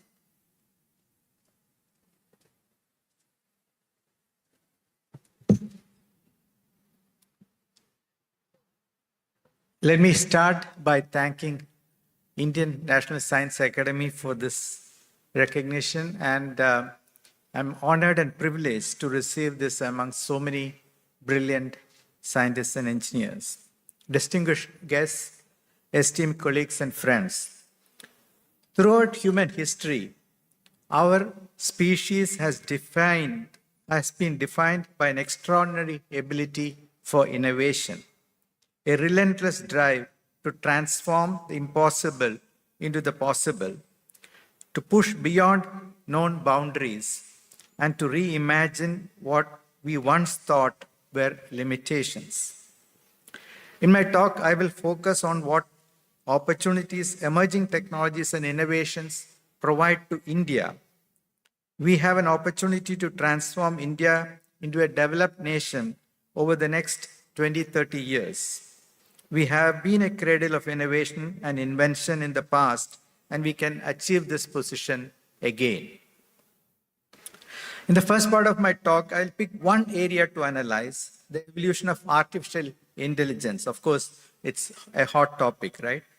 This is a focus on what? From simple computational systems in the 1950s to today's advanced technologies, we have witnessed an astounding 24 order of magnitude leap in computational power. In India, institutions like the Indian Institute of Technologies and research centers have been pivotal in adding to the research capabilities. Now, let me illustrate the transformative potential of AI with groundbreaking research examples.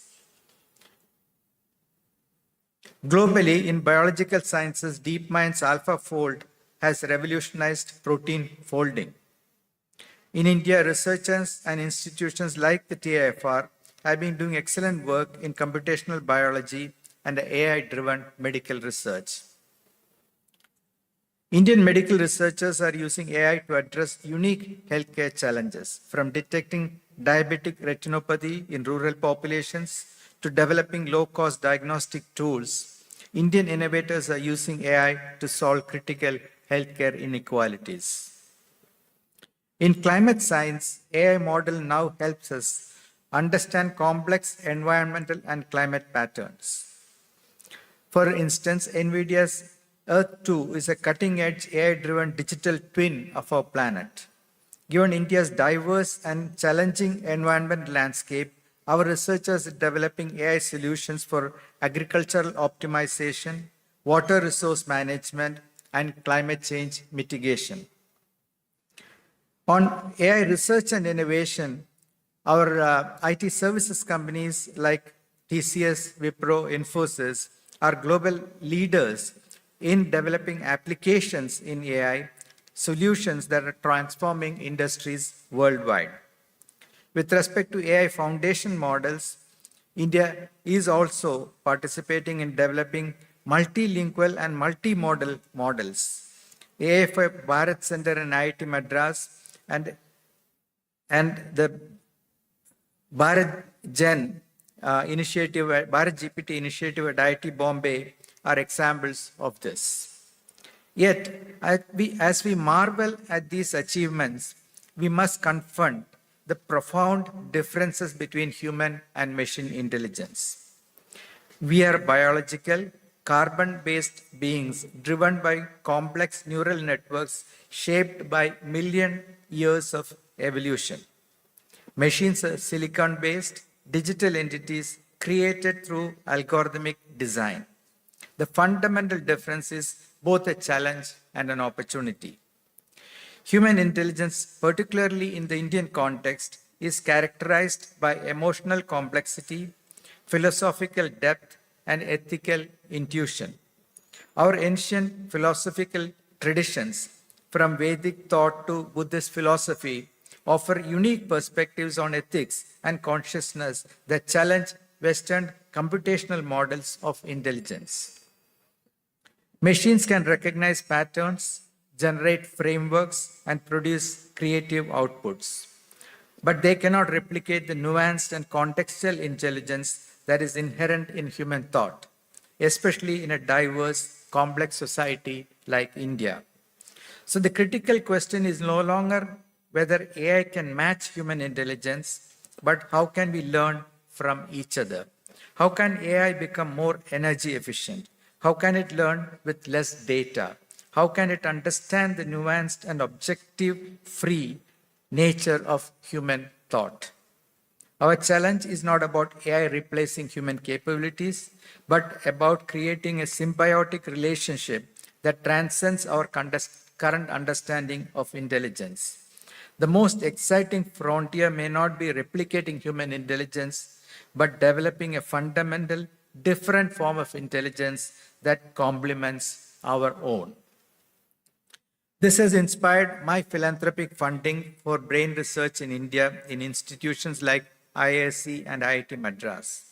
Computational neuroscience, which inspires better AI, is one of the research goals. The other is, of course, to better understand brain aging and disorders like Alzheimer's and dementia. The Sudha Gopalakrishnan Brain Center at IIT Madras has just announcing tomorrow, a dataset of the most detailed 3D high-resolution image of the human fetal brain for the first time in the world. Indian Institute of Science is working on a moonshot project of developing a brain coprocessor for patients with brain strokes. And the Center for Brain Research is anchoring initiatives like the Srinivasapura Aging Neurosenescence and Cognition Study and Genome India Study.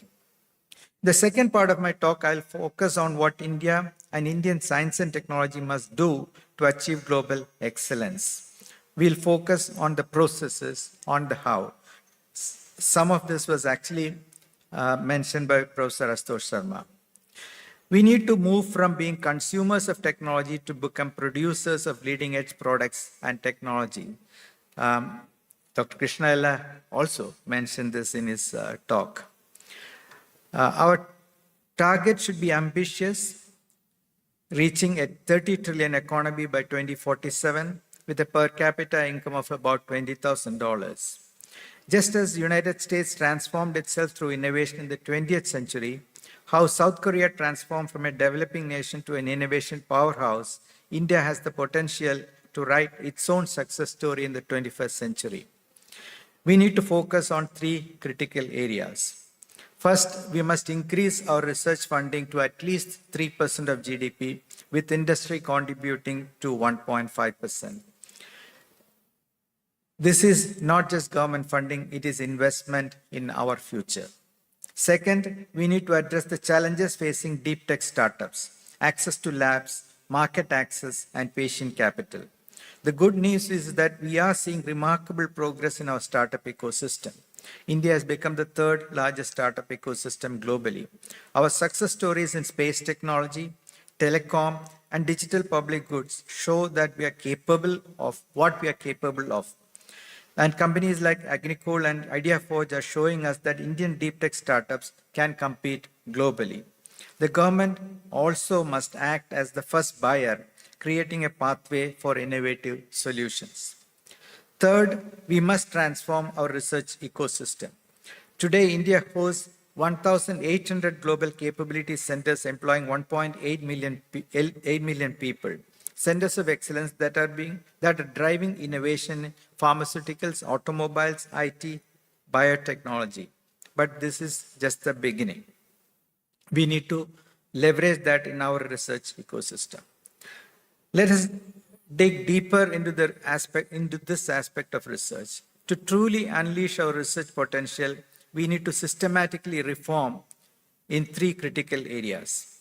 First, we must revolutionize our grant administration system, the grants that are given for research. Today, our researchers spend precious time navigating what I call the 5Gs. So another 5G here. The government e-marketplace, general financial rules, GST, global tender inquiry, and governance. When researchers are preoccupied with writing quarterly reports and dealing with administrative hurdles, they have little time to contemplate on complex problems. We need to digitize our administrative systems, make fund disbursement prompt, and provide flexibility in budget allocation. A scientist should not have to wait years or even months to receive sanctioned project money, only to return it unused on year-end due to zero balance account regulations. Second, we must reinvent our research training pipeline. This means increasing both doctoral and postdoctoral fellowships, ensuring prompt salary disbursement, and creating special funding mechanisms for graduate training. We should encourage universities to set up incubation centers where PhD students can start enterprises while pursuing their research. Imagine a system where our brightest minds can seamlessly transition from academic research to commercial innovation. Third, we need to build advanced national research facility hubs that can be used by both public and private enterprises. We have already seen success with this model in gene sequencing platforms where both academic and non-academic entities use the facilities by paying user fees. We need to replicate this across other critical technologies and research areas. One example is to develop something as crucial as synthetic probiotics for enhancing cancer immunotherapy. We need seamless collaboration between clinical coordinates, BSL-2 facilities, Dr. Ella talked about it, high-performance computing nodes, research teams, ethics committees, and clinical teams.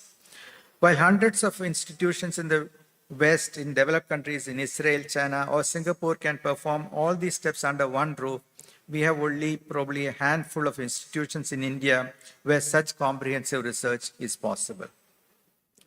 This is India's moment. This is our opportunity to redefine the boundaries of human potential. So let me conclude with a call to action. Whether you are a researcher, student, entrepreneur, investor, or policymaker, you are part of an opportunity to transform India. The future is not a linear extrapolation of the past. It is created by integrating past experiences with present actions and future aspirations. Let us work together to create an India that leads through innovation, an India that solves not just its own challenges, but becomes a solution provider to the world. Thank you very much.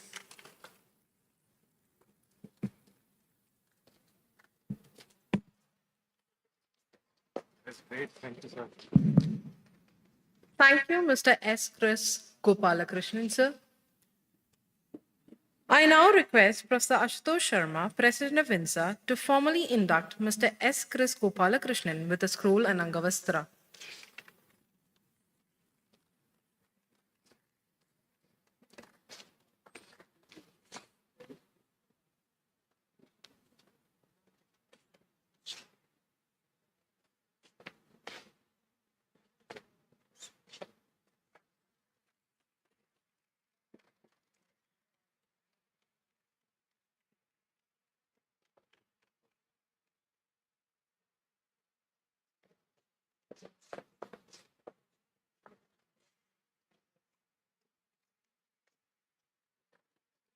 Thank you, sir. We thank you for your active participation in this session. We wish to inform you that we right now.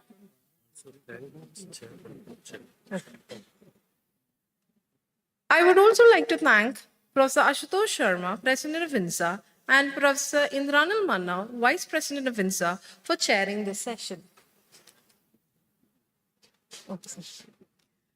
We wish to inform all respected dignitaries of INSA that the lunch has been arranged at SRM Medical College. Kindly avail the best facility arranged outside. The lunch break will be for 30 minutes and the next sessions displayed on the screen will commence at 2:30 p.m. at SRM Medical College. I repeat, we wish to inform that all respected dignitaries of INSA that lunch has been arranged at SRM Medical College. Kindly avail the bus facility arranged outside. The lunch break will be for 30 minutes and the next sessions will commence at 2:30 p.m. at SRM Medical College. Thank you.